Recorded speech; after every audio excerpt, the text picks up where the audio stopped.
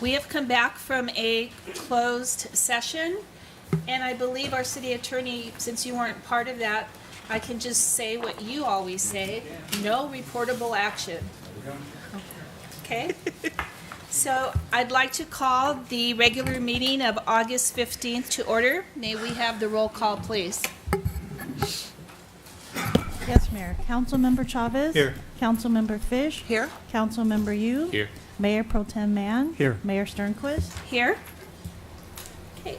This evening, we have Jerry Jambazian, who is the owner of Wonder Cleaners and Draperies, and our very own photographer for the city. He volunteers to do that. He will be providing the invocation. Wonder Cleaners and Draperies has been doing business in the city for 62 years and is located at 9136 Los Tunas Drive. Please stand and join me in the invocation. Let's pray. Dear Heavenly Father, as we come to you tonight to ask for guidance for the leaders of our city, many things make up a great city. Many of those things require good leadership and guidance. When I think of this leadership, I think of the basic rule of our Community Emergency Response Team, better known as CERT, to do the most good for the most people, and that's the desire of this council. Besides praying for our city, we are drawn more than ever to pray for the world around us. We are saddened by the recent events in Charlottesville this past weekend. We are plagued by rogue nations that would want to do us harm, and to our own who would want to harm their fellow man. We need your hand of mercy and reasoning now more than ever.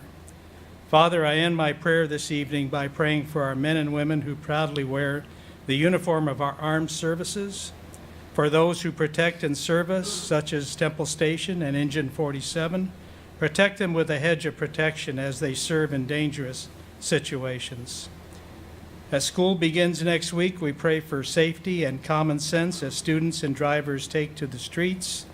And Father, as I look out and I see our youth committee here tonight, Father, grant them wisdom in the new duties that they're about to embark upon. Father, give them wisdom way beyond their years to make decisions that would guide us into the future. And we ask this all in your name. Amen. Amen. Thank you, Mr. Jambazian. Our Pledge of Allegiance this evening will be led by Troop 161. The Scouts presenting the flags are Christopher Dew, Duncan Vergara, Danny Erickson, and Brandon Ling. Gentlemen.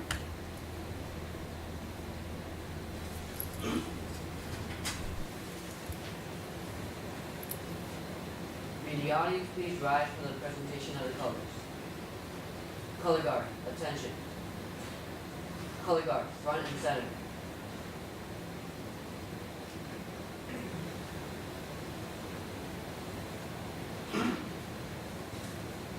Color guard, forward march.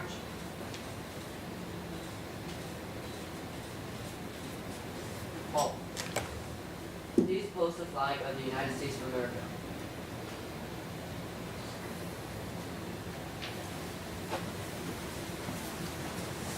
Please post the California state flag.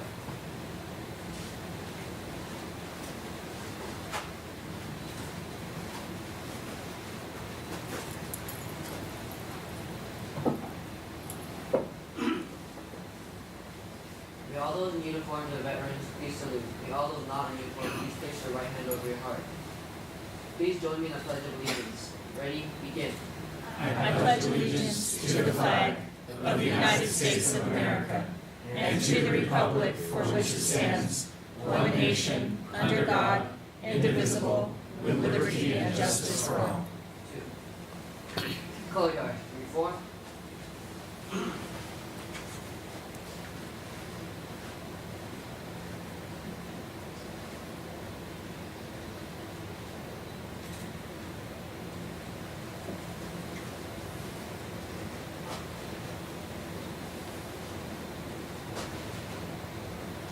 Color guard, retreat.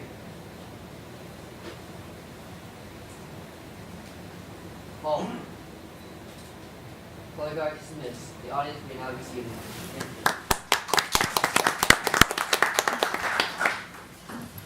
Thank you.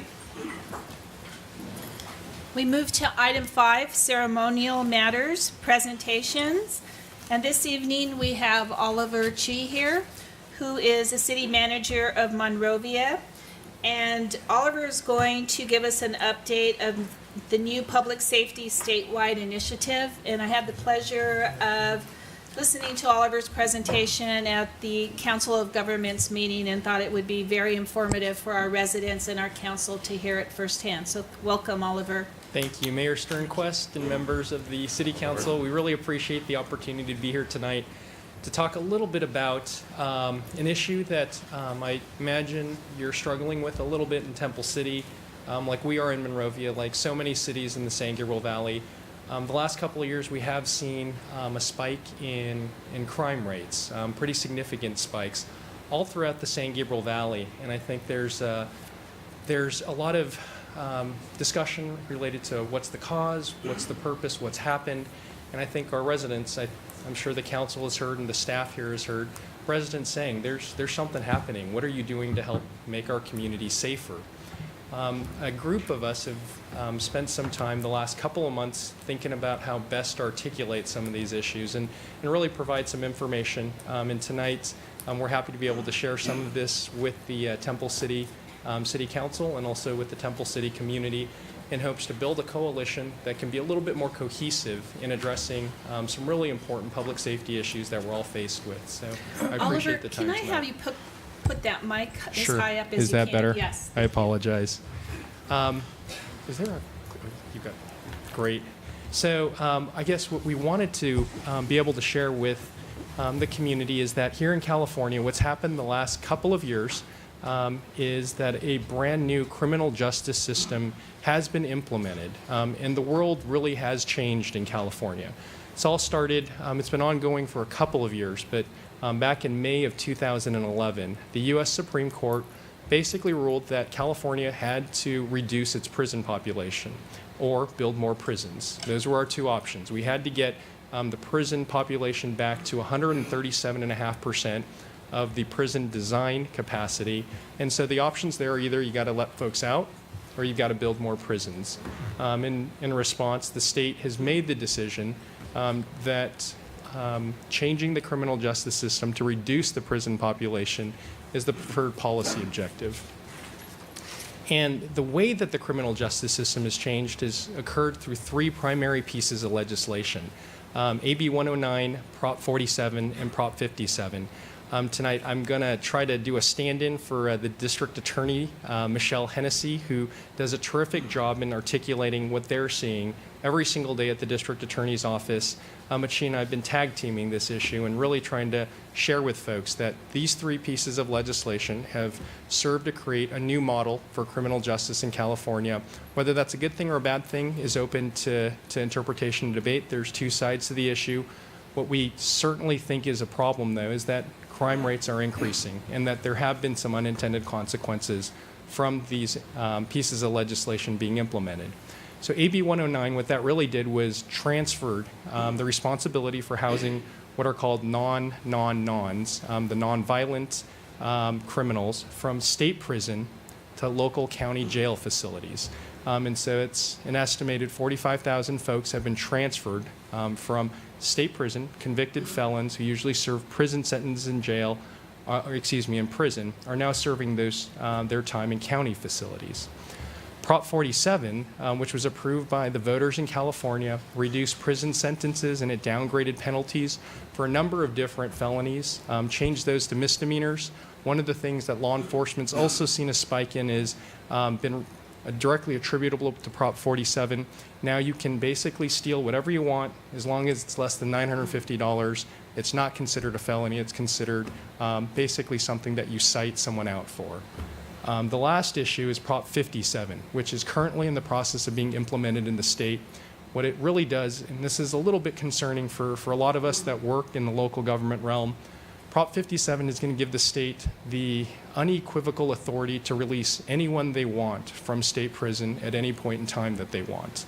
And according to the Nonpartisan Legislative Analyst's Office, this could result in up to 30,000 people being released indiscriminately by the state based on the regulations contained in 57. Now, I think we can all agree, that some of the criminal justice system changes in California have been needed, have been necessary.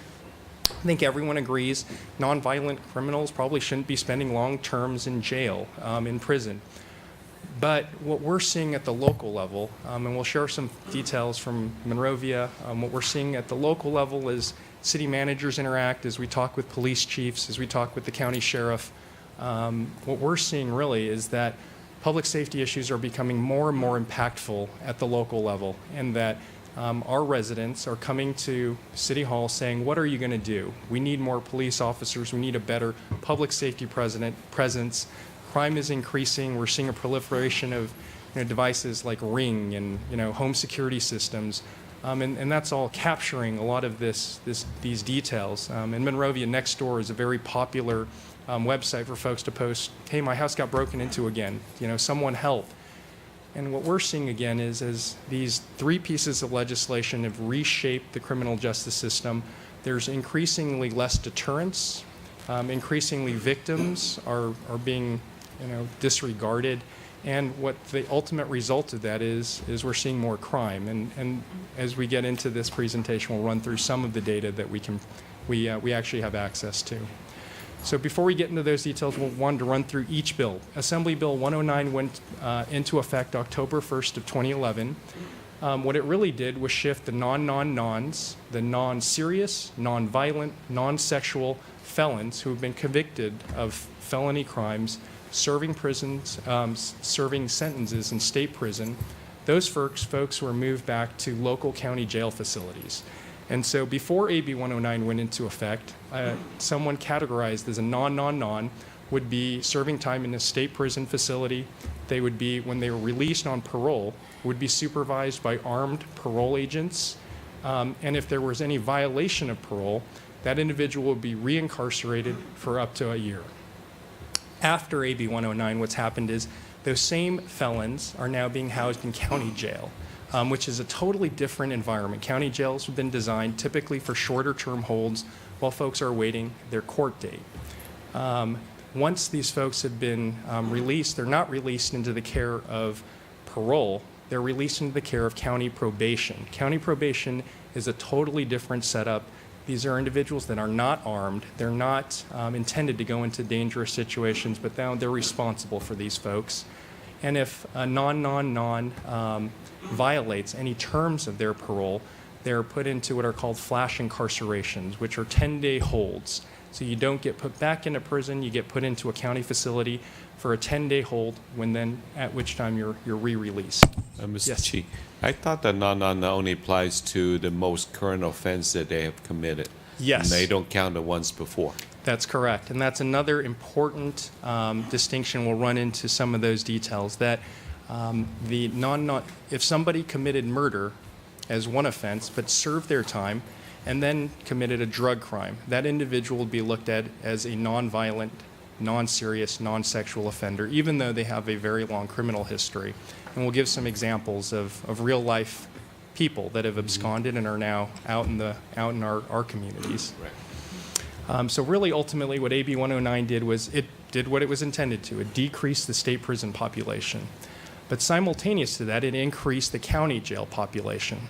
And county jail was also a repository for holding lower-level offenders.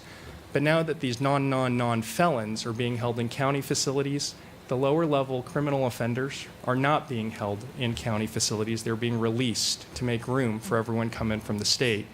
And what we are seeing right now are property crime rates increasing. Here's some charts and data. And that's one of the things that folks who are defenders of these pieces of legislation have said. There's no correlation right now between crime rates and the implementation of these laws. Well, what we've seen is that crime has increased, and it's increased about when you would expect it to. So with AB 109, it was implemented in 2011. But remember, when it was implemented, it wasn't that we released people early. We moved those folks from state prison down to county jail facilities. And you would expect after a year or two, those are the folks that are going to start being released into our communities, not under the supervision of parole, but under the supervision of probation. And after a couple of years, you'd expect to see an increase in crime, and that's what we have seen. So there's a correlation. It's not a direct causation link. We haven't been able to establish that. But what we have seen is that starting in 2015, crime rates in California have unequivocally increased pretty exponentially. Between 2014 and 2015, we saw a 10% increase in property crimes.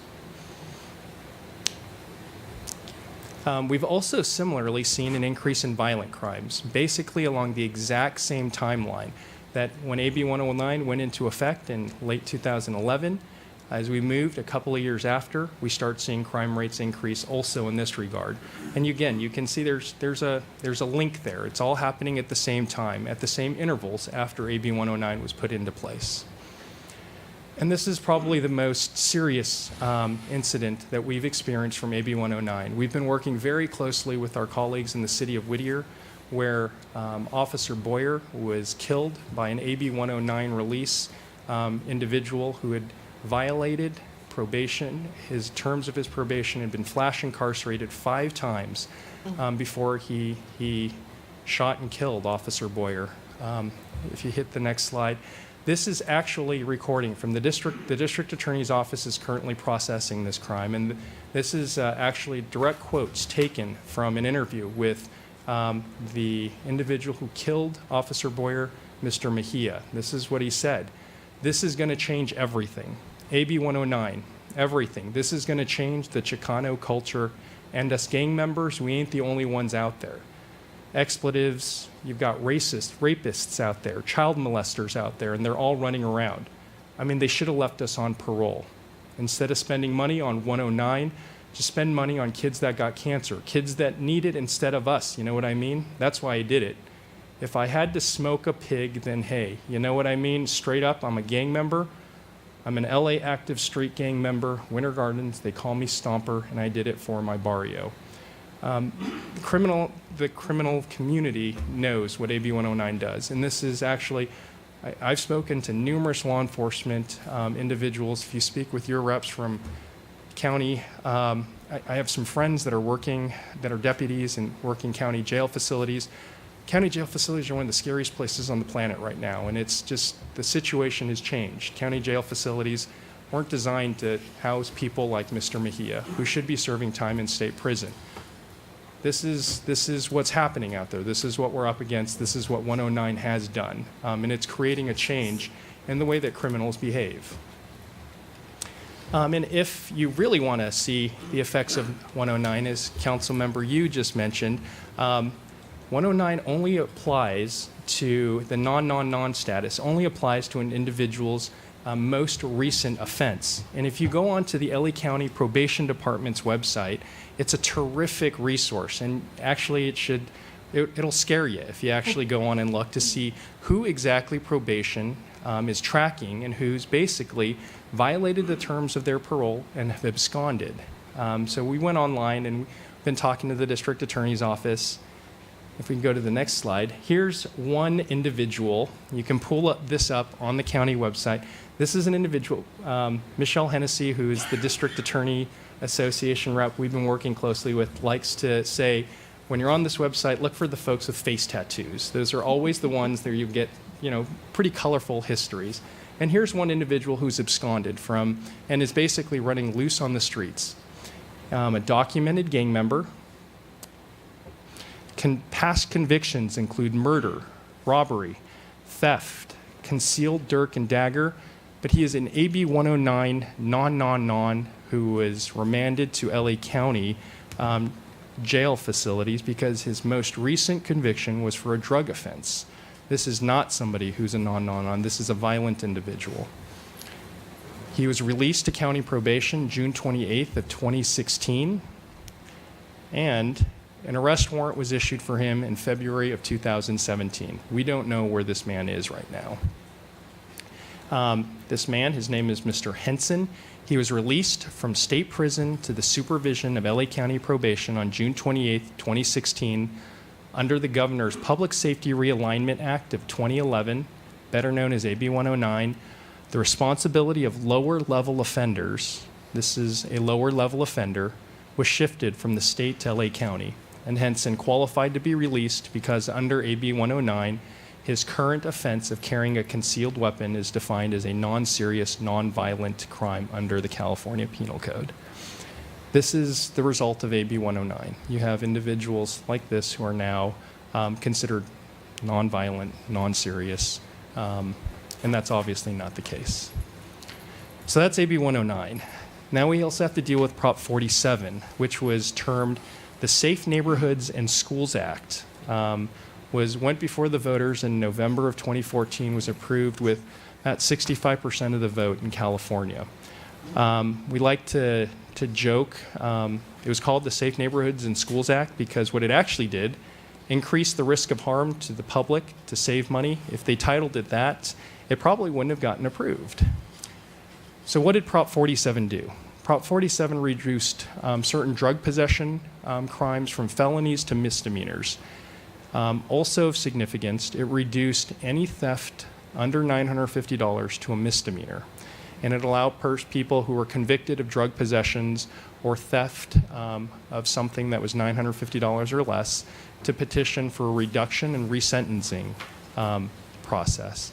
And so what you had before Prop 47, if you stole something it was worth more than $400, it was considered a felony. And if you stole anything from a business, it was considered a felony. Prop 47's changed that now. So if you steal anything over $950 now, that's the new threshold. You can also steal anything you want from any business. As long as you don't steal more than $950 worth of stuff, it'll be considered a misdemeanor. Some drug possessions for personal use used to be considered a felony. Today, those same crimes are considered misdemeanors.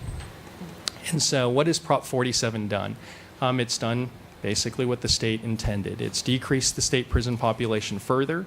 It's also served to increase the county jail population. Again, it's made for lower level offenders being released early, and we've seen violent and property crime rates go up, just like with 109.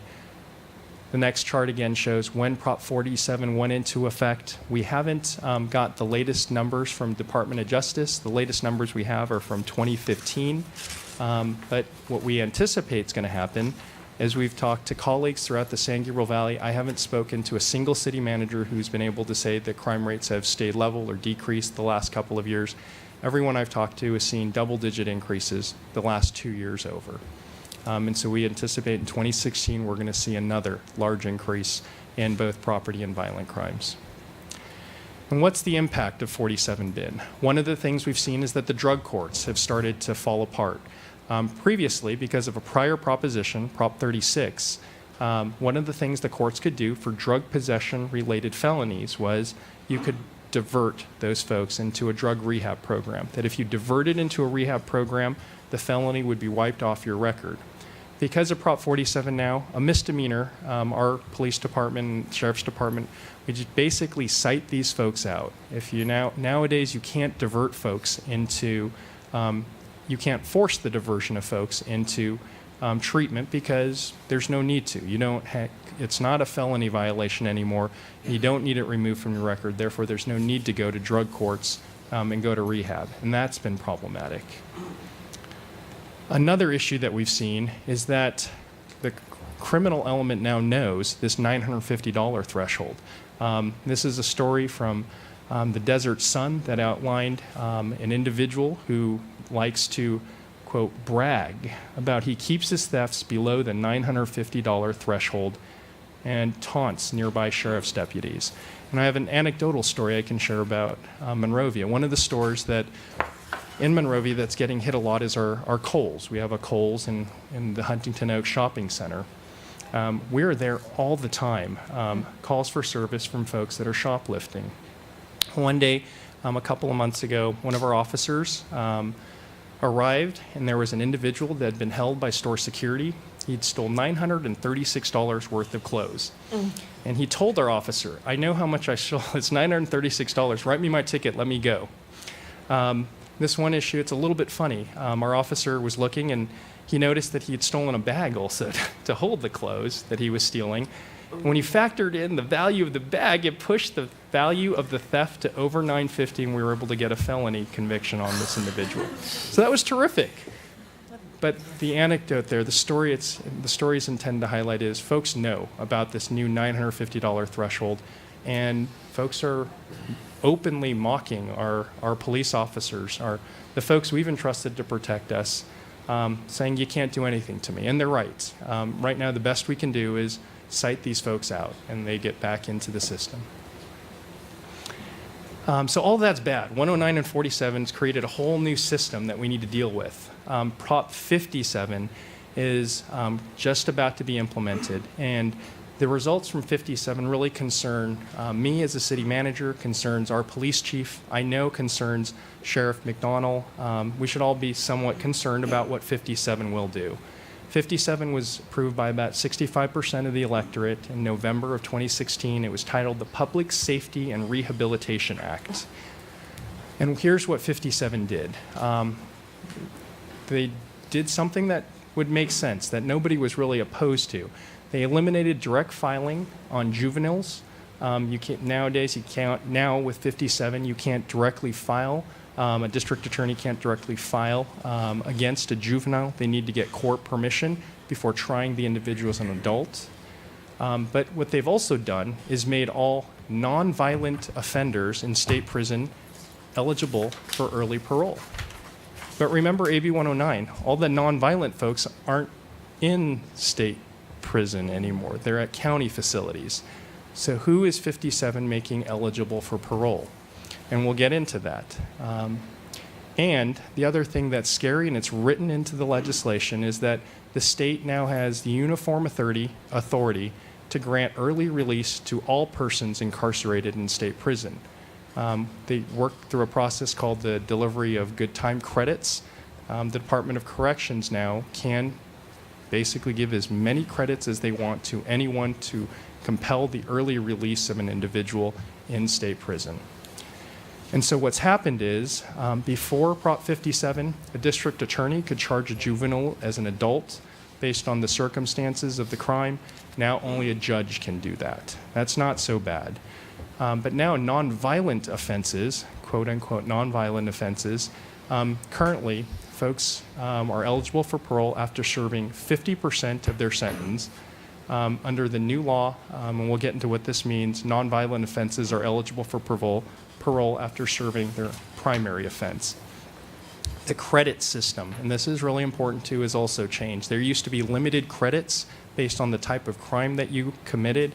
Now there are unlimited credits available for application by the state for anyone held in state prison. And so we just asked this question, right? Who's left in state prison that would be considered a nonviolent felon? And the way the legislation is written in our state government code, there are only about a dozen or so crimes that are classified as violent. The other crimes are all classified as serious felonies. So here's a listing of serious nonviolent felonies: human trafficking, hate crimes, arson of forest land causing physical injury. Assault with a deadly weapon on a police officer is not violent. Active participation in a street gang, exploding a device with the intent to cause injury is nonviolent. First-degree burglary is nonviolent. Assault with a deadly weapon is nonviolent. This is my favorite. Domestic violence, it has violent in the name of the crime, is considered nonviolent. Battery is nonviolent. Solicitation to commit murder is nonviolent. Inflicting corporal injury on a child is nonviolent. Rape, sodomy, oral copulation of an unconscious person or by use of a date rape drug is nonviolent. And there's been efforts to try to change some of that. Those crimes should be considered violent. But right now, the state legislature is unwilling. There have been a couple of pieces of legislation introduced this past year, never made it out of committee to reclassify these serious crimes as violent. None of those pieces of legislation can get out of committee. And so what's the impact of 57 going to be? Now, if you're a criminal and you're going to commit felonies, commit as many felonies as you want, because you can commit multiple felonies, and under 57, it's all going to be treated as the same crime against one victim. There's no more stacking. There's no more stacking of crimes to increase prison sentences. Repeat offenders will be eligible for release early. Enhancements for egregious conduct is no longer allowed. So currently, if you commit a crime with a gun and you're a gang member, you can have an enhancement to your sentence and your term is longer. That's no longer allowed under 57. The state, California CDCR, stands for the California Department of Corrections, now has the unlimited authority to award credits to any inmate so they can get out early. And juvenile offenders who commit crimes like murder, rape, or carjacking, you can only charge those folks as an adult if found so, by a judge. And so basically what the state has done through 57 is convince voters through, I think, a disingenuous political campaign to approve 57 so that the parole board, the California Department of Corrections, would have the authority to decide who gets let out early. And when you take it into context of we already have 109 in place and all the non-nons are already not serving time in state prison, you can commit offenses that we just outlined as nonviolent, domestic violence, rape, all of those serious violent crimes now. If you commit those crimes, you will be eligible for early release under Prop 57. And we know now exactly what the regulations entail. On April 13th, 2017, the California Department of Corrections actually approved an emergency order to implement the provisions included in Prop 57. And there's a lot that's in there, but the real important piece we've really focused on is who do you classify as a nonviolent offender? And there's a lot of text involved in who's a nonviolent offender. And thanks to our friends at the District Attorney's Office, we've been able to break this apart so we can look a little more closely into what the state is doing. So the state has classified a nonviolent offender as an inmate who has completed a determinate term of incarceration for a violent felony and is currently serving a concurrent term for a nonviolent felony. And so what that means is if you commit a violent felony, make sure you commit a nonviolent felony too, because then you'll be considered a nonviolent offender. And so how does this look in practice? Here's a really good overview. So there's 2 crimes listed here. This is actually a real case the District Attorney's Office recently worked on, and they're concerned on how this is all going to play out. So there are 2 crimes here. The first crime, human trafficking to commit another crime, was actually on our list. That is considered a non-violent crime. Child molestation is considered a violent crime. This particular case relates to an individual who is trafficking child sex slaves. And so this is what they like to file on them. Human trafficking to commit crime under our state sentencing guidelines. You can sentence the individual to an 8-year term, a 14-year term, or a 20-year term. For the violent crime of child molestation, you can sentence this individual, if they're found guilty, to a 3-year term, a 6-year term, or an 8-year term. Even that doesn't quite make sense to me, but that's the way the system works. So previously, if you were convicted of both, you'd be serving 17 years. Under this case, the second crime, the one highlighted in red, there was a 3-year term determined. For the crime highlighted in blue, it was a 14-year prison sentence. You add those up, it's 17 years. What's happened under Prop 57 now is the terms no longer stack. So instead of 17 years, you only serve the length of the primary sentence, which is the 14-year term. So the 3-year term, it doesn't matter. The child molestation, there is no penalty for that because you're not serving the additional 3 years on the sentence. You're only serving the sentence for the primary conviction, which is the human trafficking crime. So that's a 14-year term. Under our old system, before Prop 57, that 14-year term, you would serve half of it, 7 years, before you're eligible for release.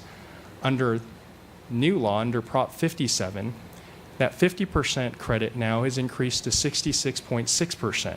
So you're only going to be required to serve a maximum of 4.7 years in prison before you're eligible for release under this scenario.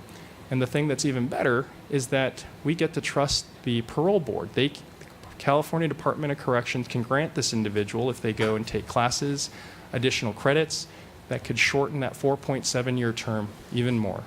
So for a crime that previously required 17 years in prison, that's been reduced now to 4.7 years before you're eligible for release. Another component of what's considered a nonviolent crime we thought was interesting was an inmate who has completed a determinate or indeterminate term of incarceration. Indeterminate term is a life sentence, and is currently serving a determinate term for a nonviolent in-prison offense. So if you commit a crime, so if you're in jail, in prison for a life sentence, and while in prison you commit a felony, you're now a nonviolent offender eligible for early release. Which is just mind-boggling. Funny math. That is just. And so what we're seeing is the impacts of 57. Right now, it hasn't been implemented yet. It's just about to. In July of 2017, the State Department of Corrections released their initial release list.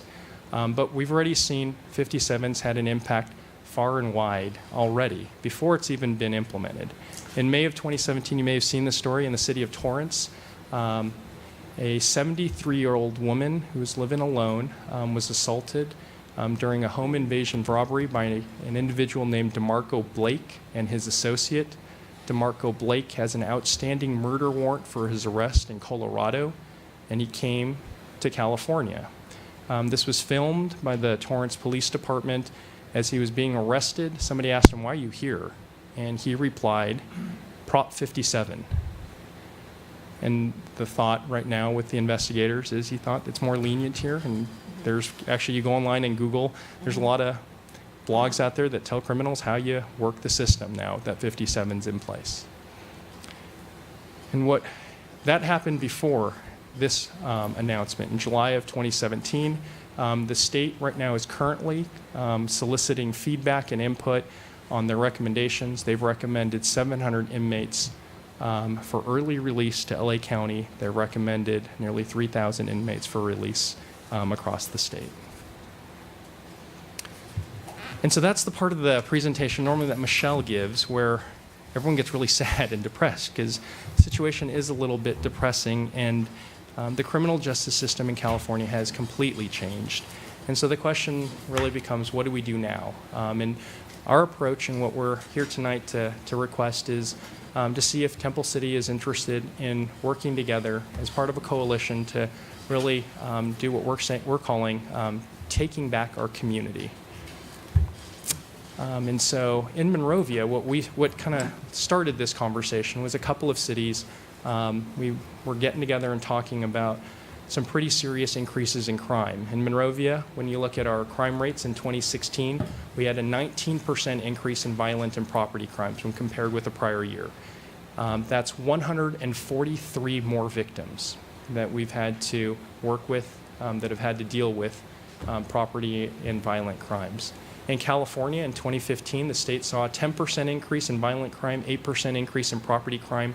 That's 15,000 more victims of violent crime and 77,000 more victims of property crime. And I'm sure Temple City has seen similar increases. Every city manager I've talked to has seen similar increases in their communities in the San Gabriel Valley.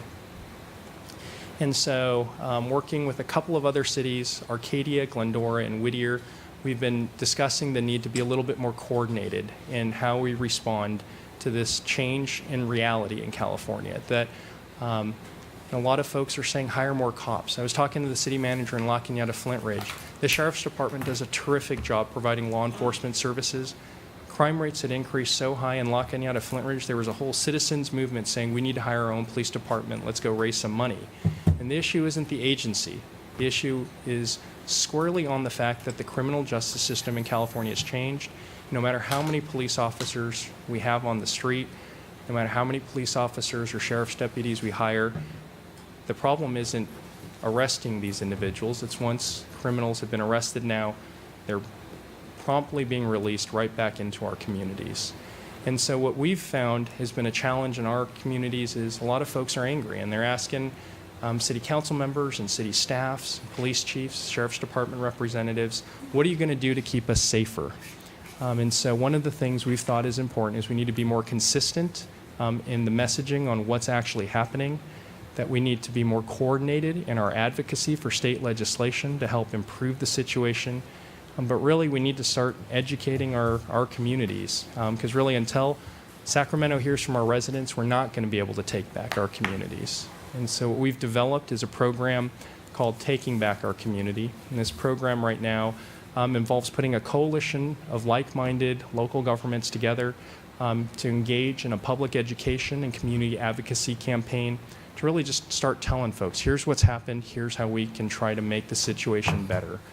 Arcadia, Glendora, Claremont, Sierra Madre, and Covina are currently in on the program. As Mayor Sternquist mentioned, we discussed this with San Gabriel Valley COG a couple of weeks ago, and it was nearly a unanimous vote to support this general programming concept. What the program is, what we're looking to do right now is we've hired a marketing firm, and we're looking to, I think music videos now, they're dropped, is what the cool kids are calling it. We're looking to drop an infographic video we're developing that really tries to, this whole system, the change is really complicated. We need to be a little bit more concise in how we tell the story to keep people's attention. So we've put together, we're currently putting together a video that we're looking to drop at the League's annual conference in September of 2017. We're developing outreach materials that are a little more consistent, that each city can customize with their own logos and data.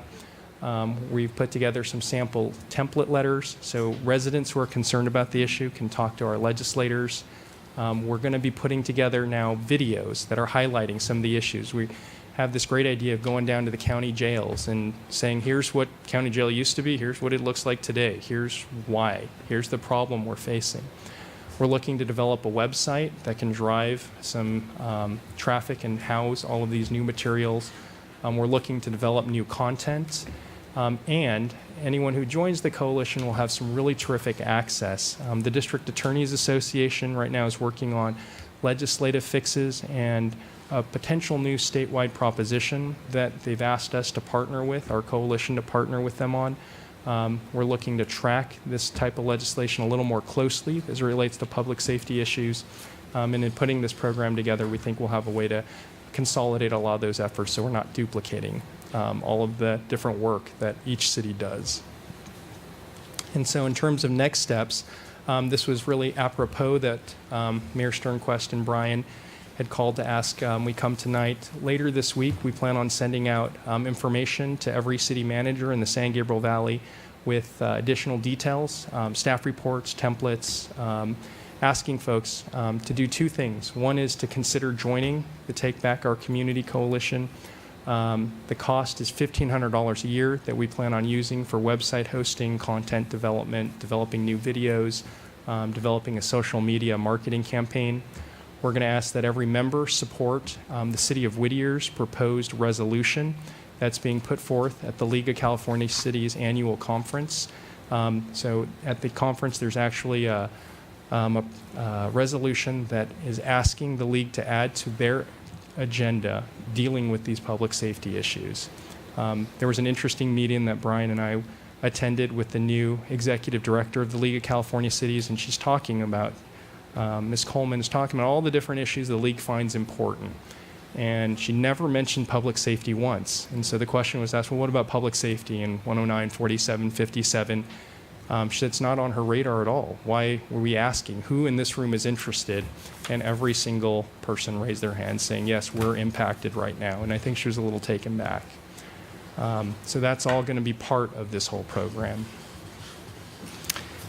So that's a quick overview. There's certainly some problems that exist today with the criminal justice system, but we really believe if we work together as local governments, we can really work to help our residents take our communities back and make them safer places for everyone. So thank you again for the time tonight. If there are any questions, be happy to address those. Thank you, Oliver. Are there any questions, or Oliver, we have your email, if you'd be happy to entertain some questions by email also. Absolutely. Very much appreciate that. Thank you. Okay. Thank you so much Thank for you all your for the time tonight. Thank you.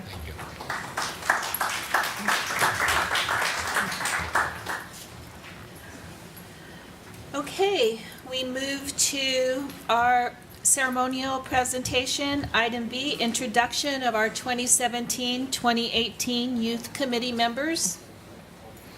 Welcome.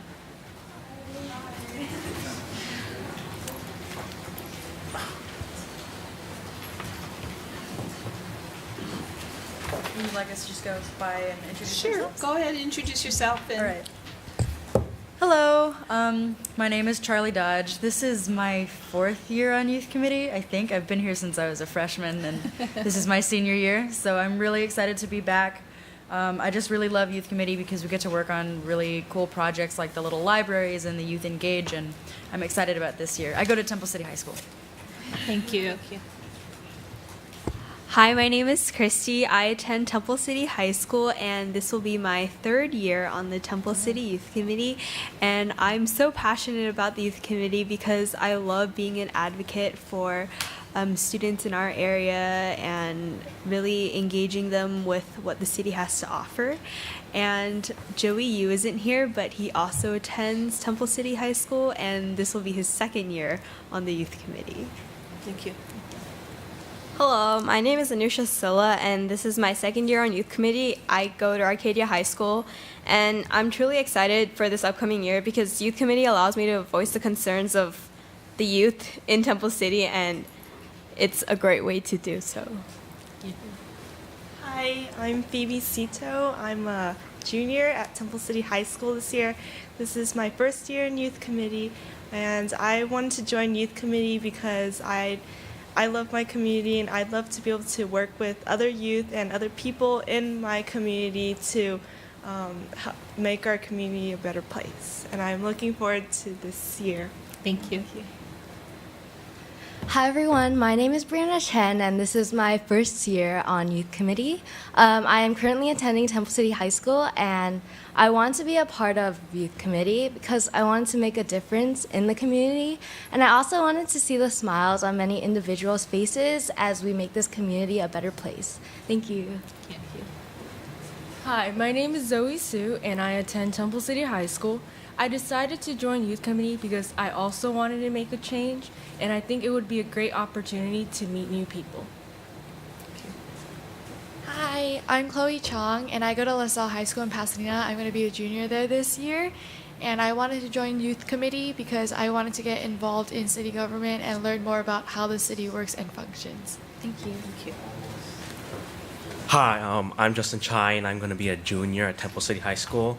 And this is my 1st year serving on Temple City Youth Committee, and I joined because I felt like it was the best option and the best way for me to give back to the community that I really value, and it's a very effective way to do so. Thank you. Hi, I'm Daniel Grimaldi. I will be a junior at Temple City High School this year, and this is my 3rd year on the Youth Committee. I wanted to join the Youth Committee and come back because I feel that it is the best way to make a lasting impact on our community, and I wanted to help better our city for the youth and advocate for the youth. And I thank you for having us. Thank you. Thank you so much. Welcome to the new members, and welcome back to those who have already served. Very much appreciate your work. So thank you. Thank you.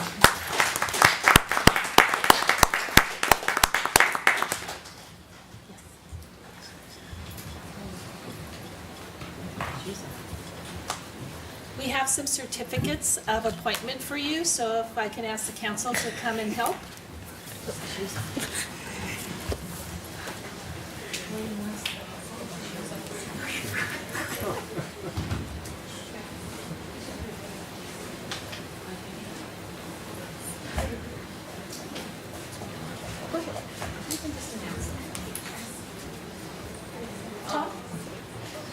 Tom, just go ahead and announce the ones.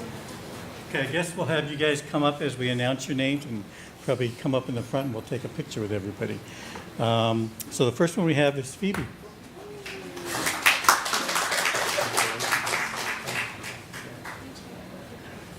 And then Zoe.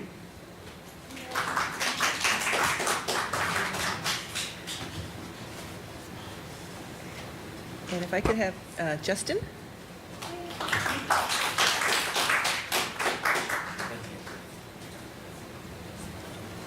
Chloe?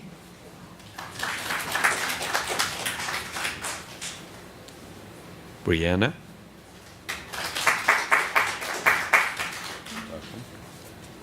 One more. Christy.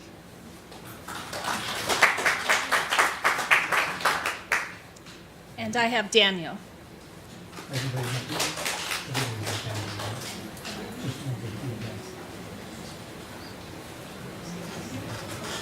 We didn't forget about you, but you guys are already on the picture. Right. Do you want to say Come on. Yeah. Gotta get in the picture.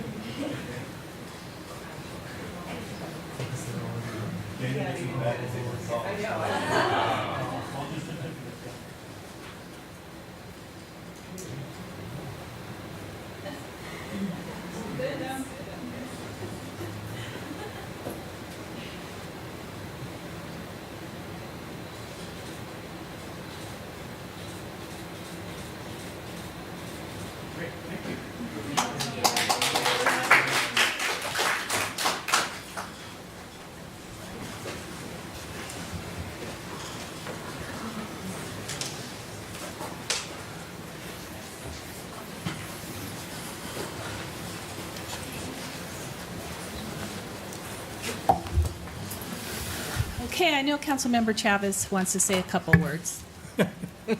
Always, huh? Couple. Before they leave, though, before you guys leave, I have to say a couple words. Don't leave. I think I was going to talk about you guys, I guess, in other stuff. But, you know, this year, as you can see, we have a very diverse group representing not only Temple City High School, but private schools as well. And we have a good blend, I think, of returning members as well as new members. So we're very excited. I know Peggy and Jillian are excited to plan things and get ready for the upcoming year. You know, this group has evolved so much since we first started, and I think it's fair to say that this new group is going to do some great things, and we're looking forward to working with them. And it's hard to believe it, as you heard from some of them, Christy, Charlie, you guys have been around 3-4 years already. It's, in a way, it's exciting, but it's kind of sad too, because we have seniors that leave us eventually. But look forward to working with everybody, and I know council will look forward to hearing the updates from you as you continue through the year. So best of luck, and we'll see you soon. Thank you. Thank you. We move to public comments on the items not listed on the agenda. This is item 6. Is there anyone who would like to address the city council? Lucy? And Steve. Mayor Sternquist, Mayor Pro Tem Mann, council members, and city staff. I'd like to talk to you about there's some new things with the homeless. The district attorney now is sending a lot of these that need help to All of You Medical Center, which is the county's psychiatric facility. And I've noticed in the last month or so another upsweep and more homeless in this city. And you know, everybody's doing all they can to deal with it. One thing that in Monrovia, they had a park. There's a park there in front of the library. It used to be loaded with homeless, and I got together with one of the sergeants there. Now it's completely clean. They had youth groups that couldn't even use that park because of the homeless. Now they're using it again. And it's just taking time to deal with it. And now that there's 2 deputy district attorneys and a judge that'll deal with them in Alhambra, that's a real good thing. And I got subpoenaed to court, and I learned something. If you have all the cases on these people there, the judge is going to see it, Mike Villalobos, and he thought about giving one of them 18 months. He gave him 22 months. And he's doing the same thing they're doing in Pasadena. You have to come out. When they come out of there, they end up back before Mike Villalobos. Villalobos is going to say, this is your probation. You got to take your medication. You got to have the social services will be in contact with him, getting him a place to live, trying to get him a job. They have to stay within that. If they're out of that, then he can send them right back to All of You Medical Center. And believe me, the judges in Pasadena have done the same thing. And it's going to start helping them. It's going to start getting a lot of these homeless people off the streets, you know, because they have to be released to the judge, and the judge sets the terms of probation. He just doesn't get out of all of you. They transport them right to the court. And, you know, and I've seen a couple of them in Pasadena. They weren't taking their medicine, like one about 2 weeks ago when I went over to the telephone employees credit union. There was a guy there going wild in there. I called Pasadena police. He wasn't taking his medicine. They took him right back to all of you in violation of his probation. No questions asked. There was a lady before that, a year ago, that punched a kid. She wasn't taking her medicine. The officers have a way of knowing it. Took her back. She's in there for 2 years. And they make sure that she takes her medicine when she gets out. She goes right before the judge there at Pasadena court, and he's going to, again, set terms of probation. You know, these people, when they do this stuff, they end up getting help. You know, and it's starting to work and making it easier on the officers and the deputies. They know, they go on the computer, they check them, they're going to see this. And I'm trying to do all I can to help, and it's sometimes not easy. It gets a little hard. Steve, thank you. But I just wanted to let you know what was going on. Thank you. Okay, Lucy? Hi, good evening. Just want to remind everybody, August 17th, this coming Thursday, is our Area 8 Area Watch meeting. It will be at Gidley School. This time we're doing it at Gidley School because the church, Bishop's great, but it's so small, very packed. We usually get a pretty good turnout, so we're doing it at the school, 10226 Lower Azusa. We actually talked a lot about the same things that City Manager Chi talked about. That those are the topics that we're covering this year. We're hoping more residents come out and find out, but he did a very thorough presentation, covered more things that I don't think we even know, and it's very, very scary. So we just want to encourage residents to please, for now, until something can be done at the state level, we have to be more active. We have to take we basically have to do more to protect our home, our community. So if everybody can just please come to the neighborhood watch meetings, find out what we're talking about, learn, how to connect with the sheriffs, what resources there are out there. Know your neighbors. Your neighbors are the best people that you can count on when you're going to be out of town or when you need help. And if I would love to extend an invitation to the youth committee, but they're all except Charlie is here. But she's been there for 4 years, so please, if you can bring some youth committee members, we would love to have a different perspective from the young members, possible future leaders of the community.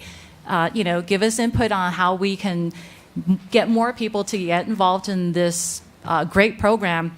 A fellow area leader heard on the news San Marino is finally starting a neighborhood watch, but we've been going at it for years. So it is very, the situation is a little dire, as he put, or depressing, but we have to rely on ourselves, and neighborhood watch program is one of the best ways to protect our community and our property, and best thing is to get to know your neighbors. And I want to take the time just to thank my fellow council members who do go out to the meetings. I don't know how many are going out to each one, but I know at some point some of them are present. I would love to go out. It's the same night as my Council of Government meetings, so unfortunately once a month I'm in Monrovia for that. But I'm so appreciative of what our Sheriff's Department does with our residents, and that Neighborhood Watch program is phenomenal. So please thank the residents on my behalf for coming out. I so appreciate it, Lucy. We will, and I forgot to mention, so this is August. After this coming Thursday's meeting, we just have 2 more because the last meeting we hold is October. After that, we go dark for 2 months. And then next year, we're going to start a new round of topics. We're gathering ideas. We actually brainstormed a few tonight. We're going to vote on them.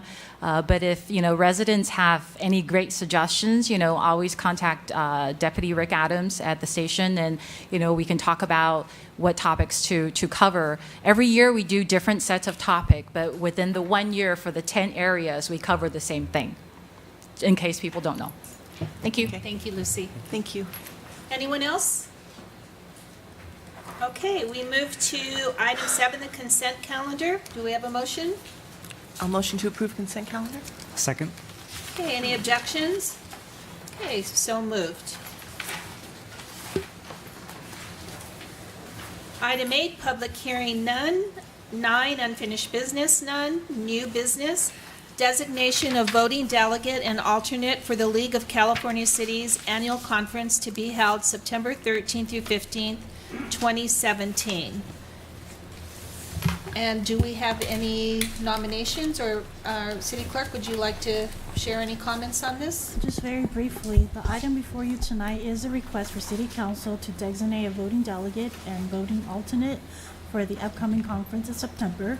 Our current appointed delegate, Councilmember Chavez, and Mayor Pro Tem Mann as an alternate, they're unable to attend the conference. So therefore, staff is coming back to council to request that you do make an appointment just for the League of California City, so that we can submit a vote representing the city on the annual resolutions that are presented during the conference. Okay, and I believe we have a volunteer. Yes, Madam Mayor, I think I'll volunteer for that. Thank you so much. Can we have a second on that? I'll second. Do we need to make Or a do I- motion? Can we have a motion I'll make a motion to approve to approve Councilmember Yu? Councilmember Yu. Is it appointment or one time? Okay. I'll second it. A sec- Okay, any objections? All right. Do we need an alternate, or do Do we need an It's just alternate, or just? If we have I one. think it's better that way in case I can't make it. Will you be here? No. Oh, it looks like you have to go? You have to go. I'll be out of town. I think I it can, is. I can actually be an alternate. I'll be close by. Okay. But I won't be there, but I'll be close. We just I- drive over I just can to drive cast over, that vote. yes. Then If I need be. nominate you for the alternate. I'll And be I'll the second. alternate. Any objections? So moved. So we have a delegate and an alternate for the League of California Cities meeting. And I believe you might only have to be there one day, Tom, if you do have to go. No, the voting Just to delegate. vote, right? The vote is at the last day of the That's on conference. Friday. Yeah, I think Okay. last, That in the last- afternoon, I Last think. year, that's what I did. I went up there And for the that's- last day of the that's conference. Friday. I think it's in the afternoon. Yeah, it's too, in the so- morning, afternoon, yeah. Yeah, afternoon, you're right. Okay. Great. Item B, Okay. direction on city policies pertaining to tree and sidewalks. Mayor Sternquist, members of the council, before you this evening is an evolution of a policy discussion that started about a year ago or so with some tree appeals that you had. And with that stemmed some policy questions, succinctly kind of in 3 areas. And Director Burrows and Director Forbes have kind of succinctly put together some of the policy discussions that have stemmed both from that meeting, some of the questions we heard from the city council, and then some subsequent meetings with a standing committee. And what we thought kind of encapsulated some of the concerns that were expressed by the council, some potential policy priorities that we heard from the council as well. And so we wanted to bring that back to you tonight with a kind of a brief overview discussion and see if this is really the direction and the policy direction that the city council wanted to go and move forward with. So with that, your staff report spells out kind of what are the main questions and what are some of the recommendations that come from those questions. Sidewalks, private trees, and public trees. And with that, I'll hand it over to Mr. Forbes for the formal presentation. Thank you. Good evening, Madam Mayor and Council. There are a lot of different issues that we could discuss regarding both trees and sidewalks. The presentation and the report this evening is going to focus on primarily on where those two come together. And we're happy to come back in the future with further discussions on other policies that are related. But tonight is just going to focus on where these two issues collide. So the two issues which the council has identified previously in the appeal hearings are really the public policies related to pedestrian connectivity and safety and providing sidewalks in the city versus the desire to maintain a healthy urban forest and preserve mature trees. So I'm going to run through a couple of photos really quick just to give you an idea of what we're talking about. As you know, the one of the appeals that came before you last year. The tree was being removed for the purpose of putting in a new sidewalk, and that begged the question, well, why is a new sidewalk being put there, and who decided that it was going to go there? So that's really the genesis of why we're here this evening.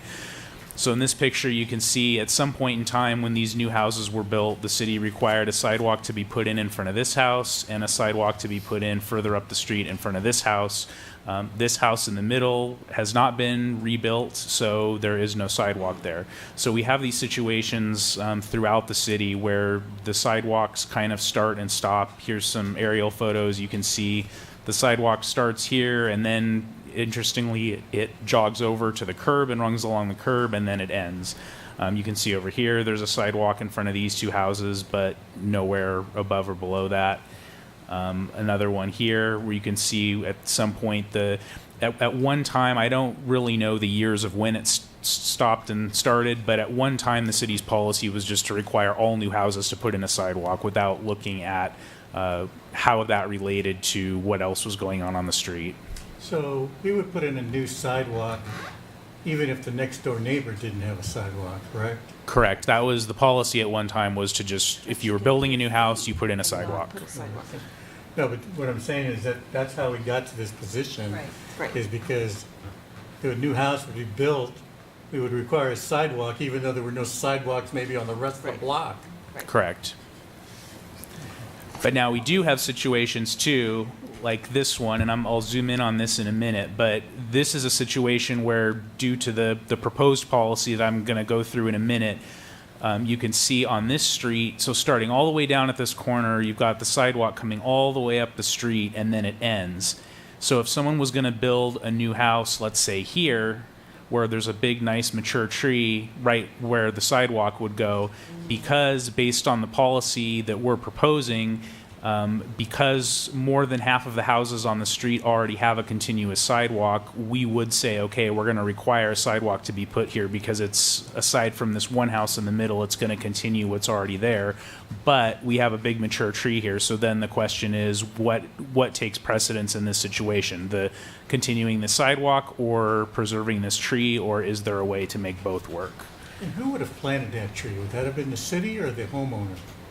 I would be willing to bet it's probably the city. And we don't have a Most policy likely that the says, city. let's not build trees in a potential sidewalk area, do we?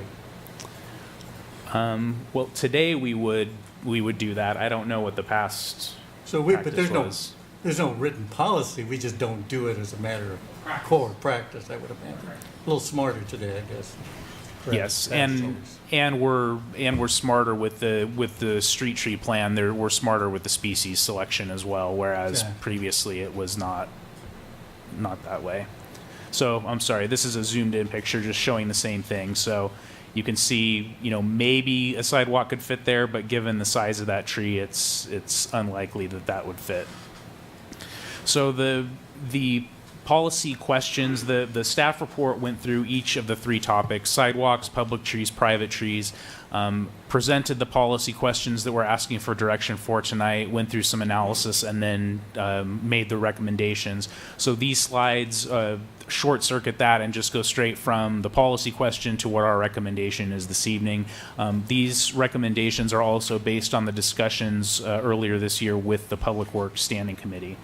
So the first policy question is, should Temple City strive to have sidewalks on every street?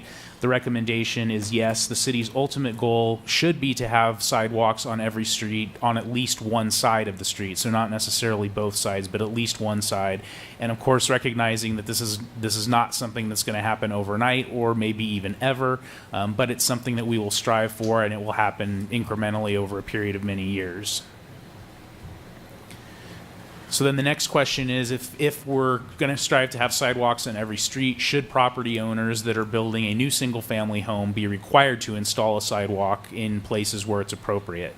The recommendation is yes, and the recommendation from the Standing Committee is that the city should look into an impact fee program for new sidewalks, whereby rather than requiring new sidewalks to be installed, we would collect impact fees from developers and then use that money to build new sidewalks elsewhere. There's a lot of research and legal implications and study that would need to go into that. So it's not something that we can snap our fingers and implement tomorrow, but it is certainly something that we can pursue. And the policy that we're recommending this evening would be something that would be in place until such time that an impact fee program is adopted, should the council decide to go that direction. Director Forbes, approximately how much does it cost to build a sidewalk in front of a typical lot, Temple City? Do you have any idea? The sidewalk and curb and gutter and new driveway altogether in the neighborhood of $5,000 For a typical size lot? for typical. Okay, it's not bad. In the meantime, then we should be requiring sidewalks where it makes sense, or collecting an in lieu fee, which I'll get into the details of that at the end of the presentation. So in looking at public trees now, if a conflict occurs between installing a new sidewalk and an existing tree, should the preservation of that existing tree be given priority over the sidewalk? And the recommendation is yes, if the tree is healthy, if the tree is appropriate for the location. And the third item, which I didn't put on this slide, but is that the tree is not causing damage to existing infrastructure. The tree should be left in place. If possible, the sidewalk should be curved around the tree or narrowed if it can be done so in a way that would still comply with the American with Disabilities Act. If that is not practical, then no sidewalk should be installed at that location and the tree should be preserved. So staff's recommendation is to take priority over the healthy tree versus sidewalk? Correct.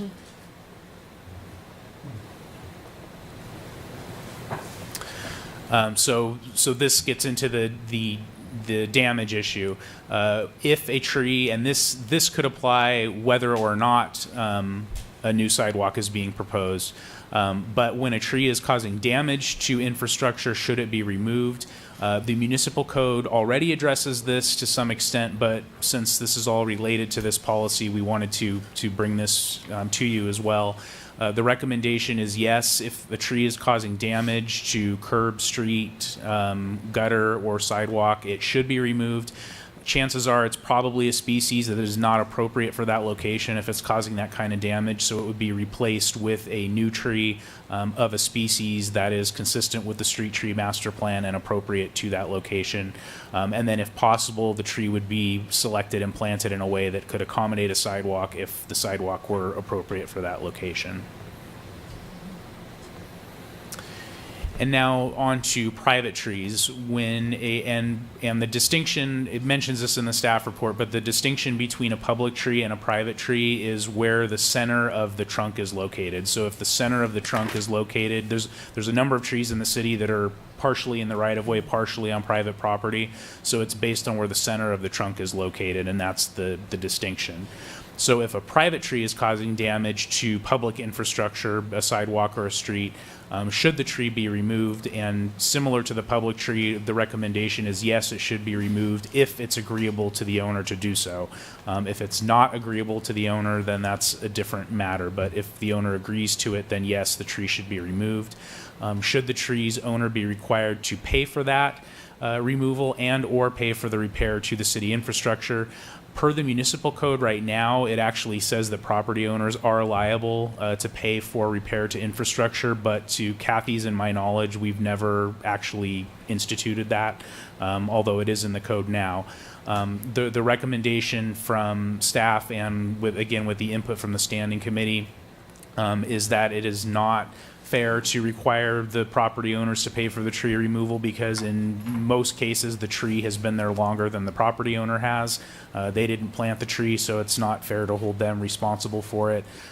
Similarly, paying for the repair to infrastructure, the recommendation is that the city should eat that cost. One of the concerns raised by the standing committee was a concern that if property owners knew they were financially liable for these things, it may discourage them from planting trees on their property, which is not something that we want to do. I have a question. I'm not sure I understand the first point. Because when a private tree is causing damage to infrastructure, should it be removed? And you say yes if agreeable to the owner. But if the owner doesn't agree, then what happens? If it the owner continues causing damage to the infrastructure, and if the we just owner doesn't ignore it? agree, then the tree would remain, and if it continues to cause damage, then that could be another policy discussion of if the owner refuses to remove the tree, do we then hold them liable for any costs of additional damage? That's a legitimate question. Well, because you have to go to that next step, I would think. I don't even know why you even would go here to this step. Obviously, if it's agreeable, then you remove it, but I would say most times than not, they're probably going to say, no, I want my tree. So then do we have a stalemate? Well, Well, we have where to do we go? evaluate on a case-by-case basis, to be quite honest, to evaluate what the infrastructure damage is, the extent of it. If it's, buckling, you go through many cities throughout the San Gabriel Valley, and you see various degradation of this type of damage throughout. So I don't know if there's the decision tree matrix on this one as per se as there are the other ones, where it's a little bit more clear cut, for lack of a better term. But I think what we're trying to get at, staff, and I think the standing committee talked to too, is try to work with, we want to preserve the urban forest where we can, try to work with the property owners so they understand the extent. And I think we would really have to evaluate, is it interrupting utility lines? Is it undergrounding of utility lines? It's creating such a hazard that we're dealing with a pothole every 6 months. type of Okay, thing. and so would those be examples of when we would remove the tree? We would have to make the decision. Yes, we probably in those cases, if there was a perpetual hazard that was being created because of that, I would think so. Yes. So is that part of this discussion or a future discussion, or, 'cause that's gonna happen. I would think that's probably gonna happen more times than not. Do we wanna make it, do we wanna really have a specific criteria? Do we wanna, I know right now we take it on a case-by-case basis. It comes to, I think, Parks and Rec determines those issues, and they can appeal it. And then if they don't like that, they can appeal it to the council. Yeah, I think Is that seems to be working, I guess, unless we need to change that somehow. it seems to be. Go ahead, Michael. If the way that our municipal code is written now, we can actually treat it as a code enforcement case. It's illegal to have a private tree causing damage to public infrastructure. So if the owner refused to remove the tree and we were concerned about the damage and the damage was getting worse or recurring, we could treat it as a code enforcement case and compel them to remove the tree. As long as we have a remedy, that's fine.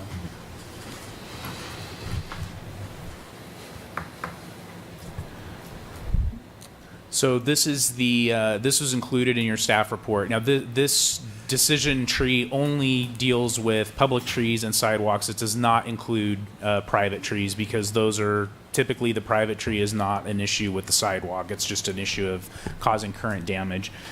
So this walks through all of the steps that are in the staff report, which is, first of all, since we're striving to have a sidewalk on one side of the street, we're going to check and see, is there already a continuous sidewalk on the other side of the street? If the answer is yes, then we're not going to require a new sidewalk to be put in. But we will require We will require an in lieu fee in the event that we come back and put a sidewalk in later. And the in lieu fee, again, is a placeholder unless and until we put an impact fee in place. The in lieu fees actually, because they're not in our municipal code, so we impose them on a case-by-case basis through conditions of approval. And if we do not spend them, we have to eventually return them. So we carefully track. You indicate in the report 5 years you're going to hold on to? Yeah, 5 years generally. So we track all of the fees we collect and who we collect them from, and if they're not spent, we will have to refund them. Are they entitled to interest on that money, or? I don't know. It's a good question. I'm going to say no. Maybe I but- should ask that question. That's a whole new can of worms.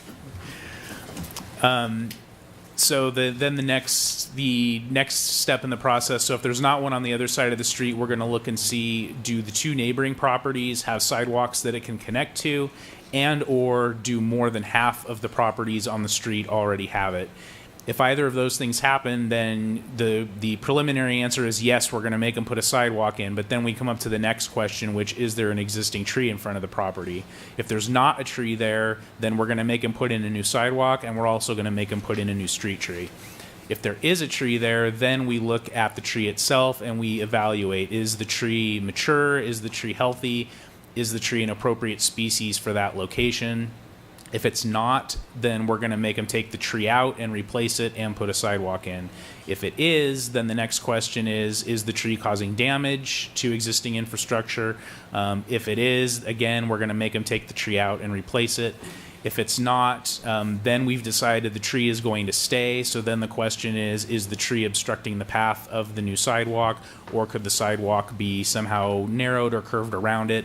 And then that's going to dictate finally whether we're going to require a new sidewalk to go in around the existing tree, or whether the tree is going to stay and there's no sidewalk required. And that curved sidewalk would still have to be on that public right-of-way. You couldn't infringe, obviously, on the private property. We discussed with the standing committee an option of trying to seek an easement from the property owner to put the sidewalk onto the private property. The standing committee recommended against that, and the city attorney's office has said that that would not be their first choice either. So I would agree with that. So our recommendation is to keep it entirely within the right-of-way if it can be done consistent with ADA, and if not, then don't put it in. But then I think, and I kind of agree with that, it looks like you're trying to, of course, come to a good medium, a good compromise.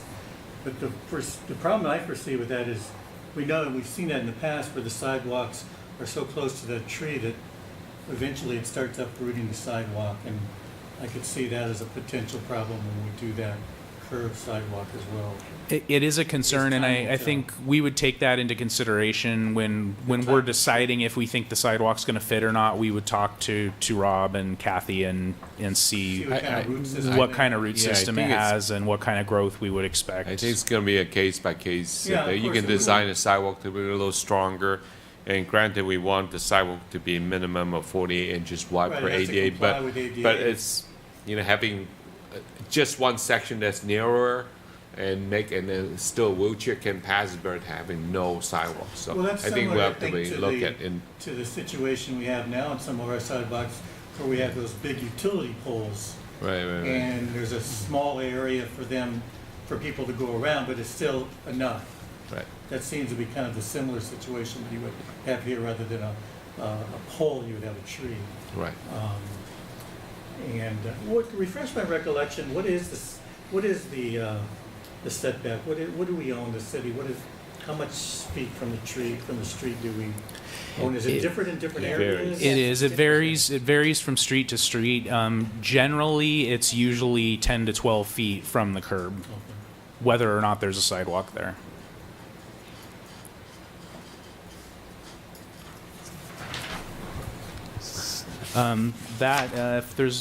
Unless there's additional questions, I'm happy to answer. That concludes the presentation. I have a quick question, just to, kind of unrelated but related. In the last week or so, we've had questions come up about that area that we own where there is no sidewalk, but the driveway comes down to the street. I think a lot of our homeowners don't realize or believe that because there's a driveway there, that is their driveway all the way to the street, when I think in reality we know, based on this, it is not. I don't know if we need to publicize that more, or if that's something that we need to get out to the public. Maybe do we have some type of a flyer or something that addresses some of these issues? And maybe that's something we could develop as part of this whole policy, a reminder of where they own, what the city owns, and things like that, so that those issues don't come up. Because I know a lot of people, they think, wait a minute, why did I get a ticket for that? Well, it's unfortunate, but that's the law. Especially the people that have really short driveways. Exactly. Yeah. And they have and then they multiple have cars, It looks and they nice can't 'cause park you on the got a street. long driveway, yeah. You're basically parking on the street by parking at the end of your driveway. If the council wishes, gives us direction in the affirmative on this policy tonight, we can talk about some of the materials that we can put out that can kind of educate the community related to both this and some of the issues of the public right of way. Yeah, because they're very similar, I think. And yes. And I think, I mean, these are great things, I think, to get this policy and get things running, but it really doesn't do us any good unless the public knows about it. True. And because they're the ones that have to follow the rules. We know it because we passed it, but obviously they're the ones who either benefit from it or don't, so. And I would say that's important in the proper context of whether it's related to trees or parking, so that people are able to distinguish the difference between what they can do and cannot do within the public right of way. So that's a good thought. Any other questions from council? You, Mr. Forbes, you mentioned the in lieu fee and the potential possibility of an impact fee. In the past couple of years, have we had any cases of actually using the in lieu fee to construct sidewalks, or has that just been a trend of these in lieu fees being refunded back to the owners? We haven't been collecting the in lieu fees for that long. It's probably only been a couple of years, so we haven't built up very much, and the time hasn't elapsed yet for us to have to give any of it back. The difference between the impact fees and the in lieu fees is that the in lieu fees we can only spend on the same. Generally, we're supposed to spend them on the same block. So because the idea is we're not going to make you put in a sidewalk now, but maybe we're going to put one in there in the next few years, and we want you to pay us to help pay for that. So it's much more limited in where we can spend it. Whereas with impact fees, if you do it through an impact fee study, then those funds can be spent citywide. So you could collect money from over here and put in sidewalks over there. So it's a lot more flexible in how the money can be used if it's done through the impact fee law. And sort of related to Councilmember Chavez's question about how much does it cost to build a sidewalk, is the in lieu fee that we're collecting sufficient to cover that cost, or is it really a smaller percentage of the average cost of building a sidewalk? We're collecting the full amount based on the city engineer's estimate of what it would cost to build it. So it's 100% of what the cost 100%. would be. Yeah. Okay. And if we went down the route of getting an impact fee, would we expect that the amount that we would collect is similar to the in lieu fee amount, or greater or less, or at this point it's just impossible to determine? Yeah, it's hard to say because we would have to, the way that impact fee studies are typically done is we would look at where in the city do we want to install sidewalks, or where do we want to prioritize installing them, what is the total cost of all of that, and then based on how much development we typically see a year, spreading that cost out over those projects. So it's really difficult to say, and it's really up to how we would want to prioritize that, and how much sidewalk we would want that fee to pay for, would expect it to pay for. And there's an accountability measure within that too, as well, because what you're doing is similar to what you're doing with your assessment districts now. You're having an engineer's report come in, verify what the costs are, figuring out what the escalation of costs are, and then developing the plan around that, so there's a nexus between the cost and what you're trying to do and what your overall program is all about. So there's a little, it's not, and I'm not alluding the process we do now is not sufficient in creating that nexus, but if you're asking a new homeowner to pay into that, there is a nexus and there is a connection between the actual cost, because you do that updated engineer's report similar to what you do with an assessment district. Not exactly, but there's some strong similarities to those.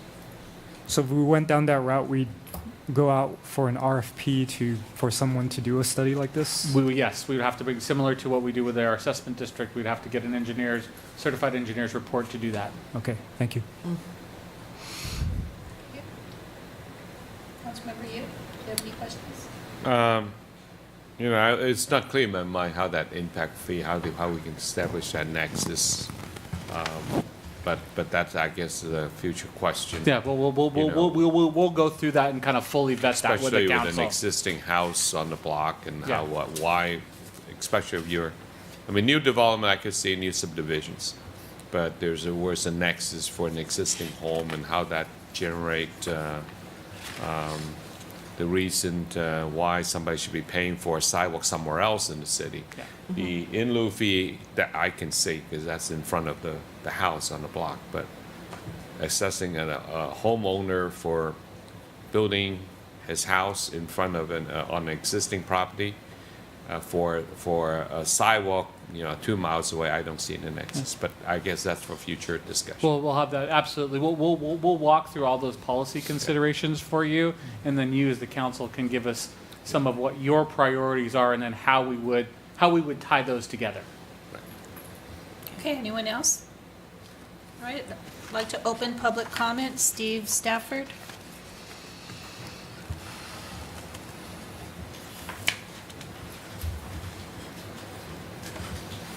Mayor Sternquist, Mayor Pro Tem Mann, council members, city staff. There needs to be a policy of like an in lieu fee or some sort of fee if they don't want to put the sidewalks in. There's a lot of places now that sidewalks start and end. And we need to be able to do something to finish those, or when they build a new house, they put the sidewalk in. I have one question. There's going to be some new developments that are going to be new streets. Are they required to put sidewalks on both sides of those?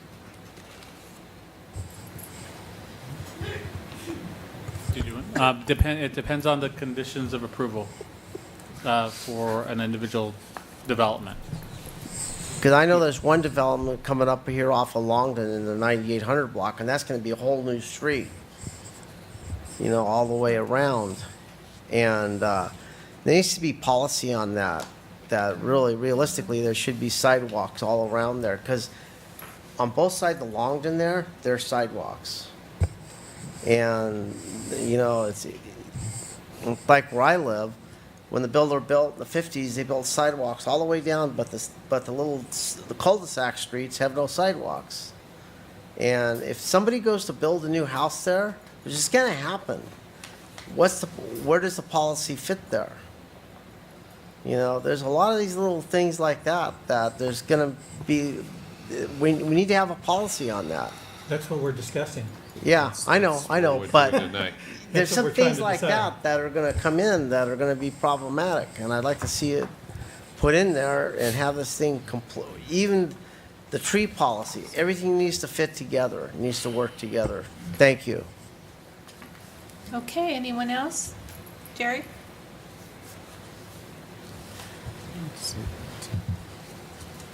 Good evening, Mayor and council members. Jerry Jambazian.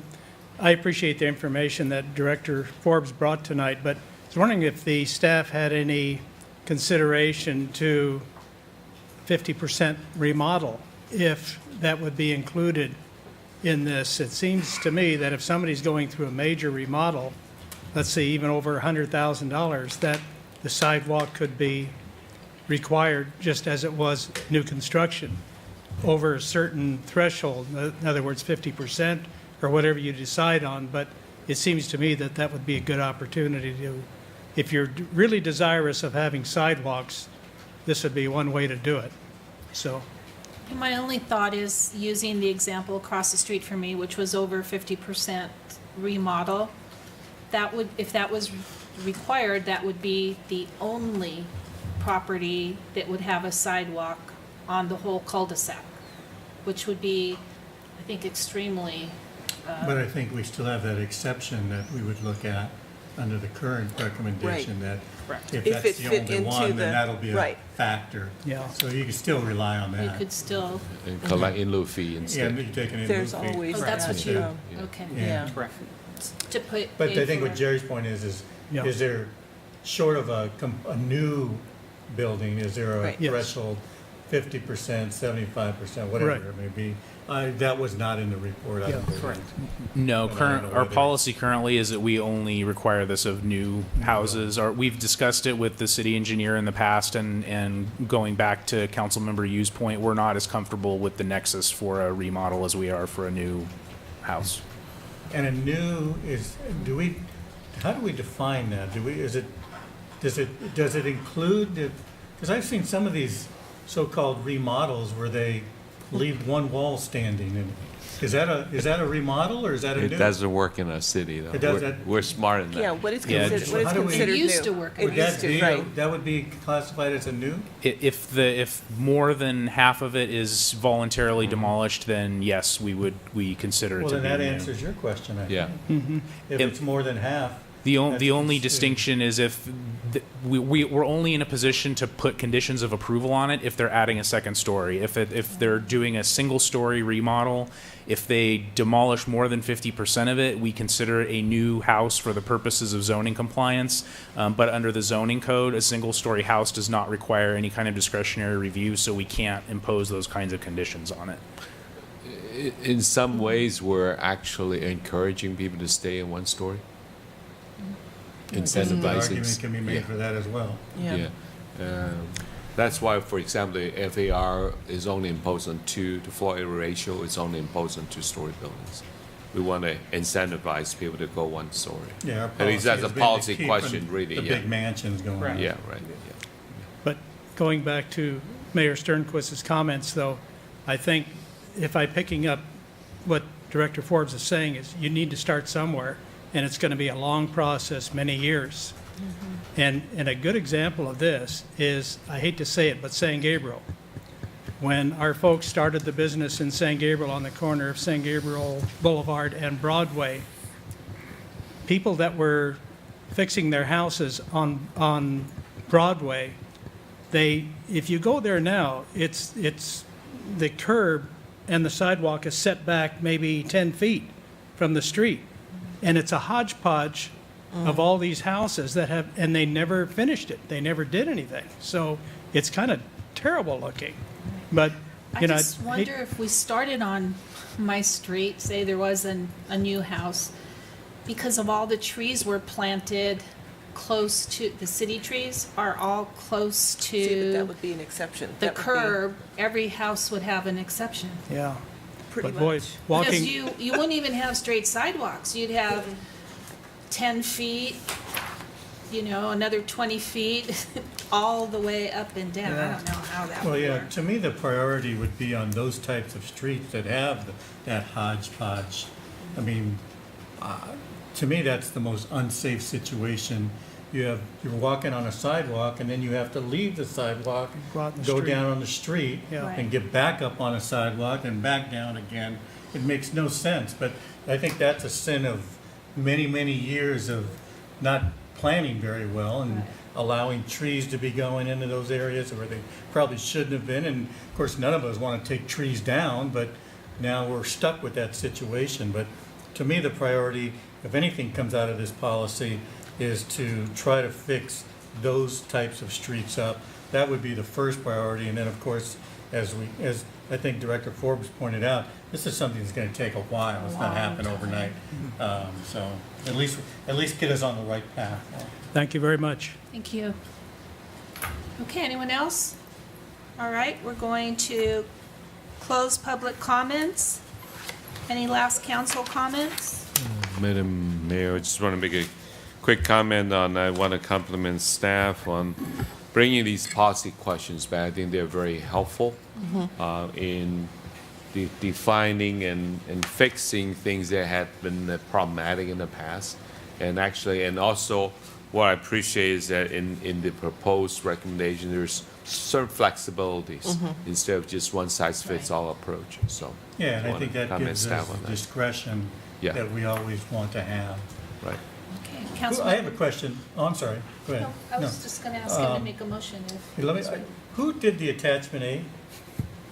Oh, okay. I just want to commend you. I was Mr. like- Forbes, we wanted to see where it's going back before you Yeah, that's admit what I when I figured it was either you or Andrew, so I go. It's well, really when I first amazing. saw it, I was like, wait a minute, this is almost like a game, you know? Yeah. where you go like- Yeah, see, for me, but you I'm explained not- it very it's too well. many details. and I It was- followed it very well. was- Here. Good job. And this has been a real team effort between on our executive team, between Mrs. Burrows, who manages our urban forest, along with our tree crew and our arborist, Rob Cruz, and Mr. Forbes. So thank you to all of them through that process. Yeah. And thank you to the standing This- committee as well for job. giving us some thoughts and what we brought forward, which can be pretty complex, trying to make this a little more manageable. Okay. Can we have a motion? I guess the motion is just to receive and file staff's recommendation. And if we Let's could just give provide the direction. and if this is give a motion that this is the direction that you wish to go, and we can either codify some of this where necessary, or just make sure that this direction is in a public document that we can refer to. Let me make an attempt, and Mr. Vale can correct me if I'm not there. I am Mr. Mayor, or Madam Mayor. I move to that we accept staff's recommendation on the city policies and work on codifying these recommendations in the city codes, and also make the information available to the community. A second. Thank you, sir. Actually, just maybe a quick, so just so I understand it fully, because within the staff report, there's also a recommendation that we start investigating these impact versus in lieu fees. So that Okay. would be part of the motion? Okay. Okay, do we have a second? Second. Okay, it's been moved and seconded. I Any seconded. objections? I'm sorry. It's okay, doesn't matter. So moved. No, I didn't hear, I'm sorry. I Okay. can't hear out of this ear. Thank you. I think it's just men in general lately. Yeah, maybe. My wife accuses me of always doing that. Selective hearing. Item 12, update from our city manager. I'll have an update for another item in a few moments from the standing committee. Pull it up. Okay. Update from our city attorney. Only that the memo kind of explaining the process of collecting and storing property from homeless Yes, people and thank you very encampments, much for that. we delivered to you today. If you have any questions, let I or Greg know. Happy to answer them. It's kind of a convoluted and complex area, so don't feel bad about asking us questions if you have to. Yeah, we've had that before. Didn't you provide that to us before? I Yeah, believe this I've is seen it before. this is an updated version. Oh, is I it think we updated? did it a couple years ago. Yeah. I think Yeah. we were having problem with homeless encampments up along maybe one of the storm drain right of ways and railroad Yeah. to Well, yeah. I had asked the question about property that had been abandoned. Yeah, yeah. That was my question, but thank you. Okay, Good. thanks. Eric, I get asked this question a lot, like, why don't you just go outside of the library, pick up all the stuff and throw it away? So for the people who continually ask, can we have just a short version of what the actual What you law sent is? us. Yeah. The short version is that in California, a homeless person's property is like the property in your house. Somebody can't just go and take it. We can't seize it without good cause unless it's on public property. If it's on public property, there still is some property rights that require us to give notice. So for example, if there's somebody's little encampment outside on your park, unless there are immediate health and safety problems, we have to post a notice on it and say in 24 hours we're going to take this away. And then even then when we have to take it away, we have to itemize it, tell them where we're going to keep it, and they get a certain period of time that they can reclaim it at our cost for storing it. If it's on private property, different rules apply. We have to have the permission of the property owner to go in and seize it if the property owner has requested it or there's some kind of code violation, or we have to have a abatement warrant to go and seize it. And even then, we probably still have to provide notice and then store it. There are exceptions for certain kinds of materials that are dangerous to the health, drug paraphernalia, weapons, drugs. Sometimes there's bodily fluid containers and other stuff like that. Those we can dispense of immediately. But, you know, the shopping cart full of tarps and beddings and goods, no. Courts still require us to have That some only amount of due applies to process. government action, right? I mean, if you if a homeless person leaves something on private property, that private property owner is free to throw it in the trash. Private property owner can dispose of it. The entry onto their property is a trespass. And in those cases too, what we've been doing recently with the sheriff's department is getting something called a letter of agency, and that letter of agency allows for the sheriff's department, without the property owner being present, to address those situations. It's like private property. On private property. It's like the private Yes, sir. guy gives permission Yes. Right. to go on.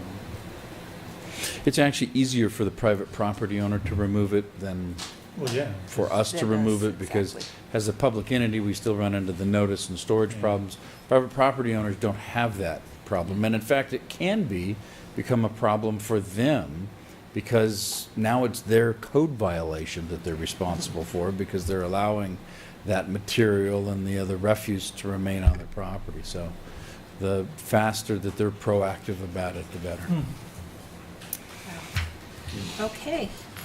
Item 14, council reports. Thank you, Mr. Vale. Regarding ad hoc or standing committee meetings, do we have any? Yes. Mr. Mann? We have one.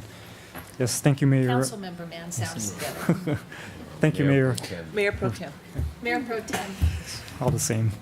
Thank you. We did the Facilities, Public Works, and Infrastructure Standing Committee, which consists of Councilmember Yu and myself, did meet recently with staff. We discussed a number of items since there has been quite a lot of things going on. But I thought maybe to start off a recap, we could have Mr. City Manager give the same recap to the Standing Committee regarding some of the new sources of funding that are now available to us as a city. Sure, I'm happy to do that, Mayor Pro Tem Mann. Yes, we discussed, and the council did approve during the budget an update to the pavement management plan, and we've gotten some direction to go ahead with that. What that will do is we kind of reset, because you've done so much work in the last 3 to 4 years to kind of get an idea of what our new costs are. There will be a substantial gap. That gap's not going to disappear. As we talked about, we've hit the low-hanging fruit with all of that. So, and the other issue related to that too is funding. We don't have enough funding. So we have two measures, one Measure M that passed earlier this year. We've investigated that and looked at that in terms of two things. One, what can it pay for? And the landscape and lighting district deficit that you have. Staff has conservatively estimated that about of the $400,000 that annually we'll be getting from Measure M, about $200,000 of that we'll be able to use to close the $350,000 structural deficit gap in the landscape and lighting district. The other funding that we were hoping for, which was, as my colleague from Monrovia, Mr. Chi, talked about, the cumbersome aspects of the state of California, SB1 funding, which is going to provide about $250,000 this year and $700,000 for 9 years thereafter. The issue is with that is that the state is going to require that we do these all on a project basis. So we will have to submit, and you'll actually see from us relatively soon, a project for the $250,000 funding for this year, a project moving forward. One of the issues, and this was as late as a week and a half ago, the state still did not have all of their guidelines as related to how they're going to implement that. One major component of that, and we're lucky as a contract city, we don't have to deal with this, but a lot of police agencies have to deal with this, is something called maintenance of effort. So what the state tries to do in these situations is say, okay, whatever you spent in the past, in this case, your general fund money, in terms of road maintenance, you have to keep that level going. Now, how they calculate that is going to be a bit of a bone of contention. Right now, the latest says is that based on what our actual cost of what we've been reporting to the state on is about $100,000 a year. So that means that we would have to maintain $100,000 a year general fund expenditure moving forward. Now, that makes sense to do that if it's $700,000 a year we're going to get for every 9 years, for the next 9 years. So $700,000 per year for the next 9 years? Or Yes, $700,000 correct. per year? Yes, Okay. $700,000. So it makes sense to keep it, but the bottom line is the guidelines are still not formulated, but per the usual, they're making it somewhat tough and cumbersome to do that. So part of the pavement management, that is not going to be, for lack of a better term, the panacea that we thought that could help the state funding that would help the landscape and lighting district. But it will provide funding for road rehabilitation and road construction projects as well. But we will have to be contributing money towards that every single year, and we will have to identify projects every single year going forward. So that This reminds me of something that Councilmember Yu and Councilmember Bloom used to always bring up, and that is it's important to have those shovel-ready projects in place, just in case money is available. And it sounds to me like that's what we're putting ourselves in position to do. Yeah. Even if we don't get it, at least it's there, because those who have those ready will get the money. Those that don't won't get it. So I think that's a good thing. that's it for that part of the report. Yeah, and I think that's a nice segue into one of the important points is that $100,000 that you mentioned coming from our general fund, that becomes an important policy level decision that we as a council have to decide, are we going to commit that? But again, another important point is really we're talking about leveraging 100,000 and getting an additional 700,000 Right. over 9 years. Yeah. But that's still not enough, but it's still better than not Exactly. having anything at all. Mhm. And that's another reason why, as the standing committee also discussed the necessity of having an updated pavement management plan, which was last done. We last did that in 2013.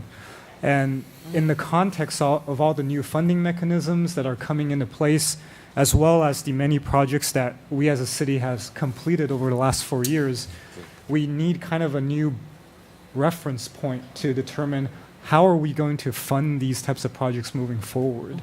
Without that new reference point, without updating sort of the state of our city streets, we don't know exactly what that funding gap is. So it's kind of like a good time to really bring all that together. And so part of what we also discussed with staff as well as our city engineer, Ali Khair, was regarding specifics about what the pavement management updated plan should look like. Right. And so what we had, one of the comments we had was basically we wanted the report to be not just a technical document, but really it needs to be a planning document. It needs to be a policy level document that all of us can use. You don't need an engineer to have to interpret some of that stuff for you. Like all 5 of us should be able to sit down, look at that report and understand what we need to do as a body here. So I believe the direction was that we gave them direction to bring back an RFP for our Actually, review. we do not need council direction, but since we're discussing, we're prepared to ask for an RFP and bring back the result for the council to decide on the award. But that's the intention that we have recommended that staff should take. Right. So, Yeah, and the second item, yeah. there's one more item that we went through, and the standing committee also received an update about the parking lot at 5800 Temple City Boulevard. And so our understanding is that everything is wrapping up with the finishing touches. But however, one of the important issues that come up about the finishing touches was regarding some of the signage related to how we would direct the public towards the parking lot. So we discussed issues related to the size of the signs, where the signs are going to be placed. Is it going to make sense, because Temple City Boulevard, people are driving really fast, so if it's a small sign, you're going to miss it. Things like that. We also discussed the, what do you call it, the logo? Yeah, logo. There's a piece of, I guess, artwork, if you will, that we felt uncomfortable without at least the council looking at it. So we recommend staff to bring that back to show the city council. But work's been moving on. As you can see, it's beautiful. It's beautiful. So we just want to make sure we've done all we can because we haven't. This is the first parking lot we've done for a long time, so we want to make sure we do it right. What's the projected time? Well, we're going to bring you back that information next council meeting. Yeah. So. And along with that too, we also, the council had directed staff to look at the overall parking strategy. So that is something I know that staff that's will for work future. on in the future. So. Well, it is a good-looking parking lot, I must say. It's very nice. Okay. Any others? Nope. Okay. Item 15, council item separate from the city manager's regular report. Councilmember Yu. Don't have anything to add. Thank you. Mayor Pro Tem. Just one item that I guess I should have maybe checked with you before the meeting, but we had briefly talked about the it's related to the eat and wash item, but I won't go into too much detail. But as I think everyone on council knows, both the general plan as well as the Parks and Master open space plan that we have identifies eat and wash as a potential bike path, walking path of some sort. So Brian and staff is actually working to set up a dialogue with the county who may be developing a portion of eat and wash. Great. And so kudos to them for setting up that meeting and really engaging them. And I think it's a potential opportunity to realize pieces of the plans that we already have in place. So that's all. I just wanted council to be aware because we don't know how far that's going to really go. But if it does go, I personally am very excited Yeah, me about too. that prospect. I've been talking about it for a while. Great, thank you. Councilmember Chavez. Just a quick question. We haven't heard anything for a while about or maybe we can get an update at the next council meeting on what the plans are for the lobby of the city hall.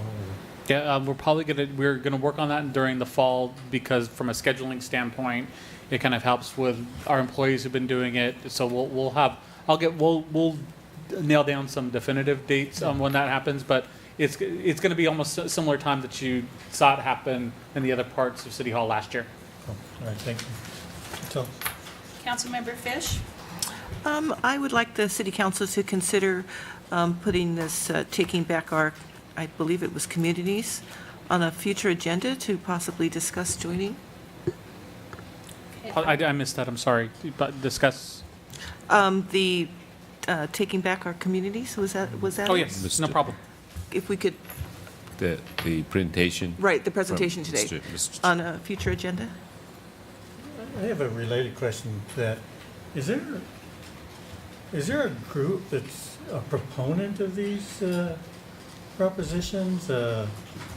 Obviously, these propositions passed, and you're listening to the presentation and you're thinking, what happened here? Did we vote for this? And Yes. somebody voted, at least, and it passed by if I heard one percentage, 65% voted yes on.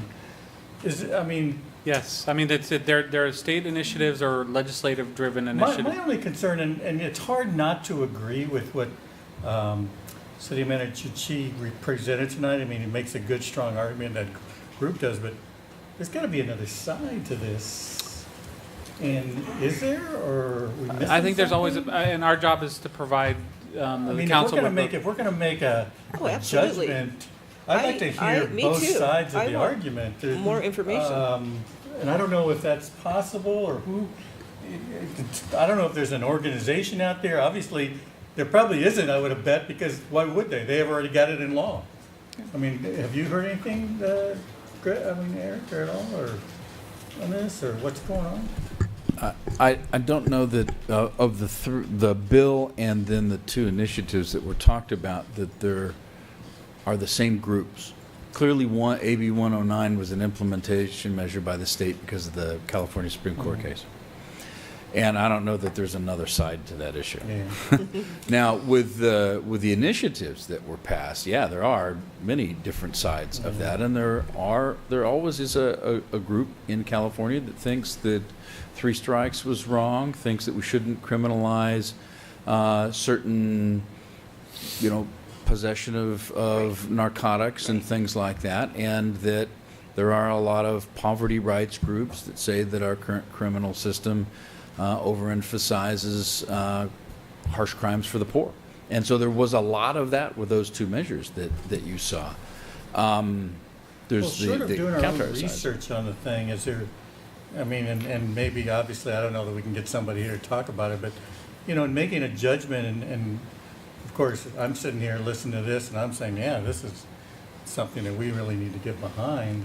I would feel more comfortable if I had something that I could look at to the other side, and anytime we're making a decision, there's got to be two arguments to this thing, and what are the arguments? And I would agree with Councilmember Fish that we need to get on this as You soon need as more possible. information, though, I But, think. well, I'd like to get the full picture. I mean, 65% of somebody decided this was a good idea Well, for you know some reason. what someone told me one time was a lot of people voted for it because of the title. They didn't necessarily research it Well, that's or probably read what it was true. about, but the title sounded good, so they thought, hey, safe neighborhoods, I'm voting for that. And I think that's, unfortunate, I do think that's the case. Both I of think those, that's unfortunate. Both of those Um, pieces of state legislation or the initiatives were very complex to read, and you Very. had to read all of the fine detailed points with almost a lawyer's eye to glean out those bad effects that were in there. But see, So my question, though, is where were these groups before, and why were they not as passionate, and why did they not make these types of presentations? Maybe they did. Oh, before it went to. Before it went into law. Councilmember Chavez, I think Councilmember Fish and I had the opportunity to see the district attorney when did. we were at one of the conferences recently. And a lot of the work came out of her office dealing with the percentages and actually gathering information and analyzing like the graphs that we saw. And when they saw that there was a very large correlation between the dates that the law went into effect and the types of crimes that were seen, along with comments from those who have been incarcerated, and like she showed us the, I guess it's the 10-day syndrome, if you want. They go in for 10 days, they come out, they keep coming in and out. And the criminals themselves are saying, hey, this is a deal, this is a bargain. They look at it as a ticket out of jail, and Well, there's no question that it's Yeah. benefiting them. And they all tell each other, In my of notes, course. and I'm listening to the presentation, one of the things I wrote was, were we all duped? I mean, it's like, what happened here? It's how did this pass? I think a lot of people don't read the whole initiative, or you read the argument for, you don't read the argument against, or you read the argument against, you don't read the argument for. And there were so many initiatives on that ballot. I think Yeah, a I lot of think that- people just went that may have through had something to maybe, do and with it, too. I think education is a key, and one of the takeaways I got from Mr. Chi's presentation in front of COG was that now people are taking a second look at these initiatives. And by doing this community, whatever it was called, gathering communities together, a lot of it is to educate the public so that if an initiative gets on the ballot, people are already educated. They're not trying to find out what these initiatives are meaning at the last minute, but educating the people on exactly what the current initiatives are and what they mean, and then, hoping that it can be repealed if it's not really what people wanted. Or maybe taking a closer look at those that we do elect into the state office. That's a really good point. I think all of us should run. I passed on that one. And change the laws. As my colleague, Mr. Chi, so articulately expressed as well, it's not about putting more cops on on the beat as well. And I think in Monrovia and some of the other cities, they've had some dramatic issues hit them in the last 12, 18 months as well. So kind of coalesce some interest. We do too. And we've had a couple too.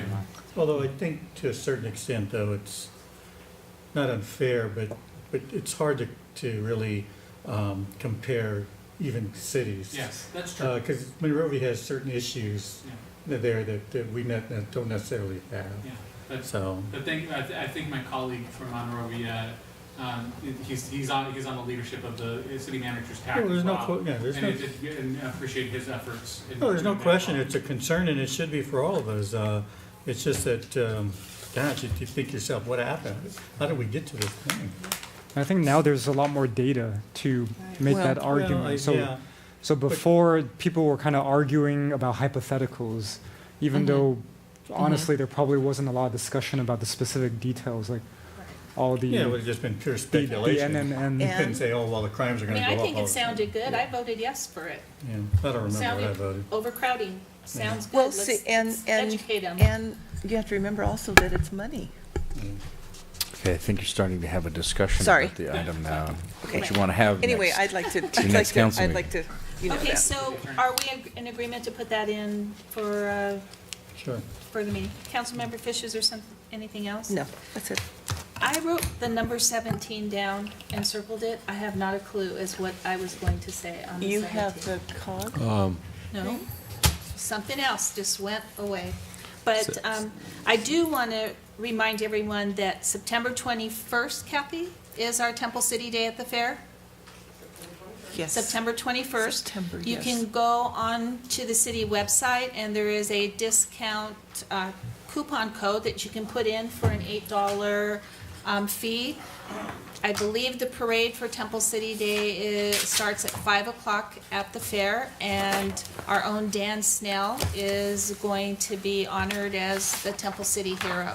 So please come out if you can on September 21st, and let's get excited about Temple City Day and celebrating that. I have not a clue what the 17th is, but as soon as I close the meeting, I'll remember. So I'd also like to adjourn our meeting this evening in honor of Jerry Velasco, who is a city council member in El Monte, and his relative Ruben Velasco was one of the young Marines that was killed in the U.S. military aircraft crash in Australia. So Jerry is also an active member of the San Gabriel Valley Council of Government. So our thoughts are with his family, and we adjourn the meeting in his memory. Mayor, before you Oh, yes. clang your gavel there, any additional public comments? Oh, that's right. That's what that Oh, was. that's what I wanted to do. Thank you for that. I Does remember. that have something to do with I the don't- 17th? No. That's the additional comments. Yeah, that's something. But anyway, I wanted to ask council if you would possibly like to entertain the idea of either eliminating additional public comments, which is item number 17, and I can ask Mr. Bale if that is a legal possibility, or if we can possibly limit that additional public comment period to 1 minute. The reason I say this is because every item, including the consent calendar, the public can pull an agenda item and we can discuss it. And then on every item on the agenda, there is the opportunity for the public to comment. I'm just trying to look at making the meetings more efficient, and we're dealing with this at the COG and being president of like 36 different elected officials, and it gets tough when we don't run a really, really efficient meeting with time constraints. So I don't know if everybody loves it, I'm fine to keep it the way it is, but I just think it's pretty redundant to have that last public comment period. So maybe we can talk about it, put it on an agenda if you'd like, or what would be the process, Eric? You can put it on as a discussion item on your next agenda if you wanted to. I can tell you, just to prepare you for that the reason that it's on now is because you've limited your first public comment section to 30 minutes. So there might be people who want to make 3 general minutes. public comments. Now, I've never seen this happen Yeah, I've never yet. seen that. But if you follow what's in your agenda, the first public comment session is limited to 30 minutes. And there could be people who want to comment on other items that didn't get a chance to speak on general items who then could come at the end. Now, you can certainly eliminate the one at the end if you allow everybody to speak at the beginning. You are in control of how long you let each member speak, but that does need to be set by some kind of standard policy. You shouldn't just decide at each meeting. It can be 10 minutes, 5 minutes, 3 minutes. 1 minute might be too short of a time under the Brown Act to allow somebody to say what they want to say. Generally, I recommend no shorter than 2 minutes, and generally only 2 minutes if it's a very crowded room and you're trying to get everybody through. Okay, I don't think, since I've been on council, we've ever adhered to only 30 minutes during the first public comment. I didn't even realize that it's only 30 minutes because we Yeah. all I was as, gonna say, I don't. No, I don't think you have. I don't think we have And I think really that your practice has been, it's people who make additional comments at the end, some of whom might have spoken at the beginning, when really the intent is to allow for people who haven't had a chance to speak at the end. okay. Now, that, I can tell you that was the legal reasoning for it. In practice, you haven't done that. You've allowed people to speak before and after. If that's what you're doing and you're allowing everybody up front, you don't need to have two. Right, because that was my feeling. I didn't even realize we only had 30 minutes because We just let everybody. whomever would like to speak, I'm happy to let them speak, but it just seemed like, but then we do it again at the end of the meeting. So maybe we can just put it on for discussion. Yes. Would be the appropriate thing to do. Okay. All right, anything else? Well, are there any members who want to speak? Jerry don't wants, see any. Jerry wants to talk. You're so mean. Jerry? You take off your glasses. Thank you, Mayor and council members. Jerry Jambazian again. This isn't the same council that was here 15, 20 years ago. I was a proponent of the second comment period, and they kind of did it as a favor to me. Charlie Martin put it on there and said, I think it might be a good idea because the previous councils, it isn't like now. They would not let you speak during the whole meeting. You had to be quiet. You couldn't even cough practically. So there was no chance for that. So they say, well, you have the opportunity in the beginning. Yeah, but I didn't hear the council comments. So how do I know what I want to say? So I'm going to disagree with you. I like the comment part at the end, but maybe limit it. Because there's been a few times where, I hate to admit it, I've been up here and kind of reminded you of things that are happening in the city that did not come up through the manager's comments or even any others. And if there's people listening at home, it's a good opportunity to get it out. But I would be really, I'd like for it to stay. You'd be in favor of 2 minutes? Oh, sure. Okay. Sure. I mean, as far as I'm concerned, when I'm up here, I know I went over on the first one, but if you can't say it in 2 minutes, you shouldn't even be up here. But that's just my feeling. Okay, and But- I appreciate that, Yes. thank you. But my real comment that I wanted to make is I went by, and I'm looking at the time, I went by the parking lot today, and it is beautiful. I mean, it is amazing. But I think, I don't know if you have it planned, but the city should have some sort of a celebration, ribbon cutting or whatever, because you've got over $1 million investment there, and you ought to be tooting your own horn, because it does look beautiful. So thank you. Thank you, Jerry. Anyone else? Yes, Jim?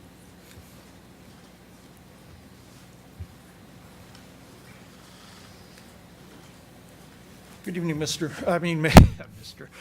Sternquist and City Council and staff. I'll agree with Jerry about the second period. And as far as the first set of comments, I thought there was 20 minutes. So, 30 minutes to me seems like, a little bit more, a third more than what we had before, which is pretty good. And again, sometimes I'll remember something at the very end. That's why I'm here right now, too. And I was also going to comment, Jerry brought up the park And one thing I noticed about the design of it, which, I mean, when I saw it, I go, somebody had to look at it. Years ago, over on Fremont and Mission Road in Alhambra, the big brickyard over there, that was CF Braun. And that place is made of bricks. Everything is bricks.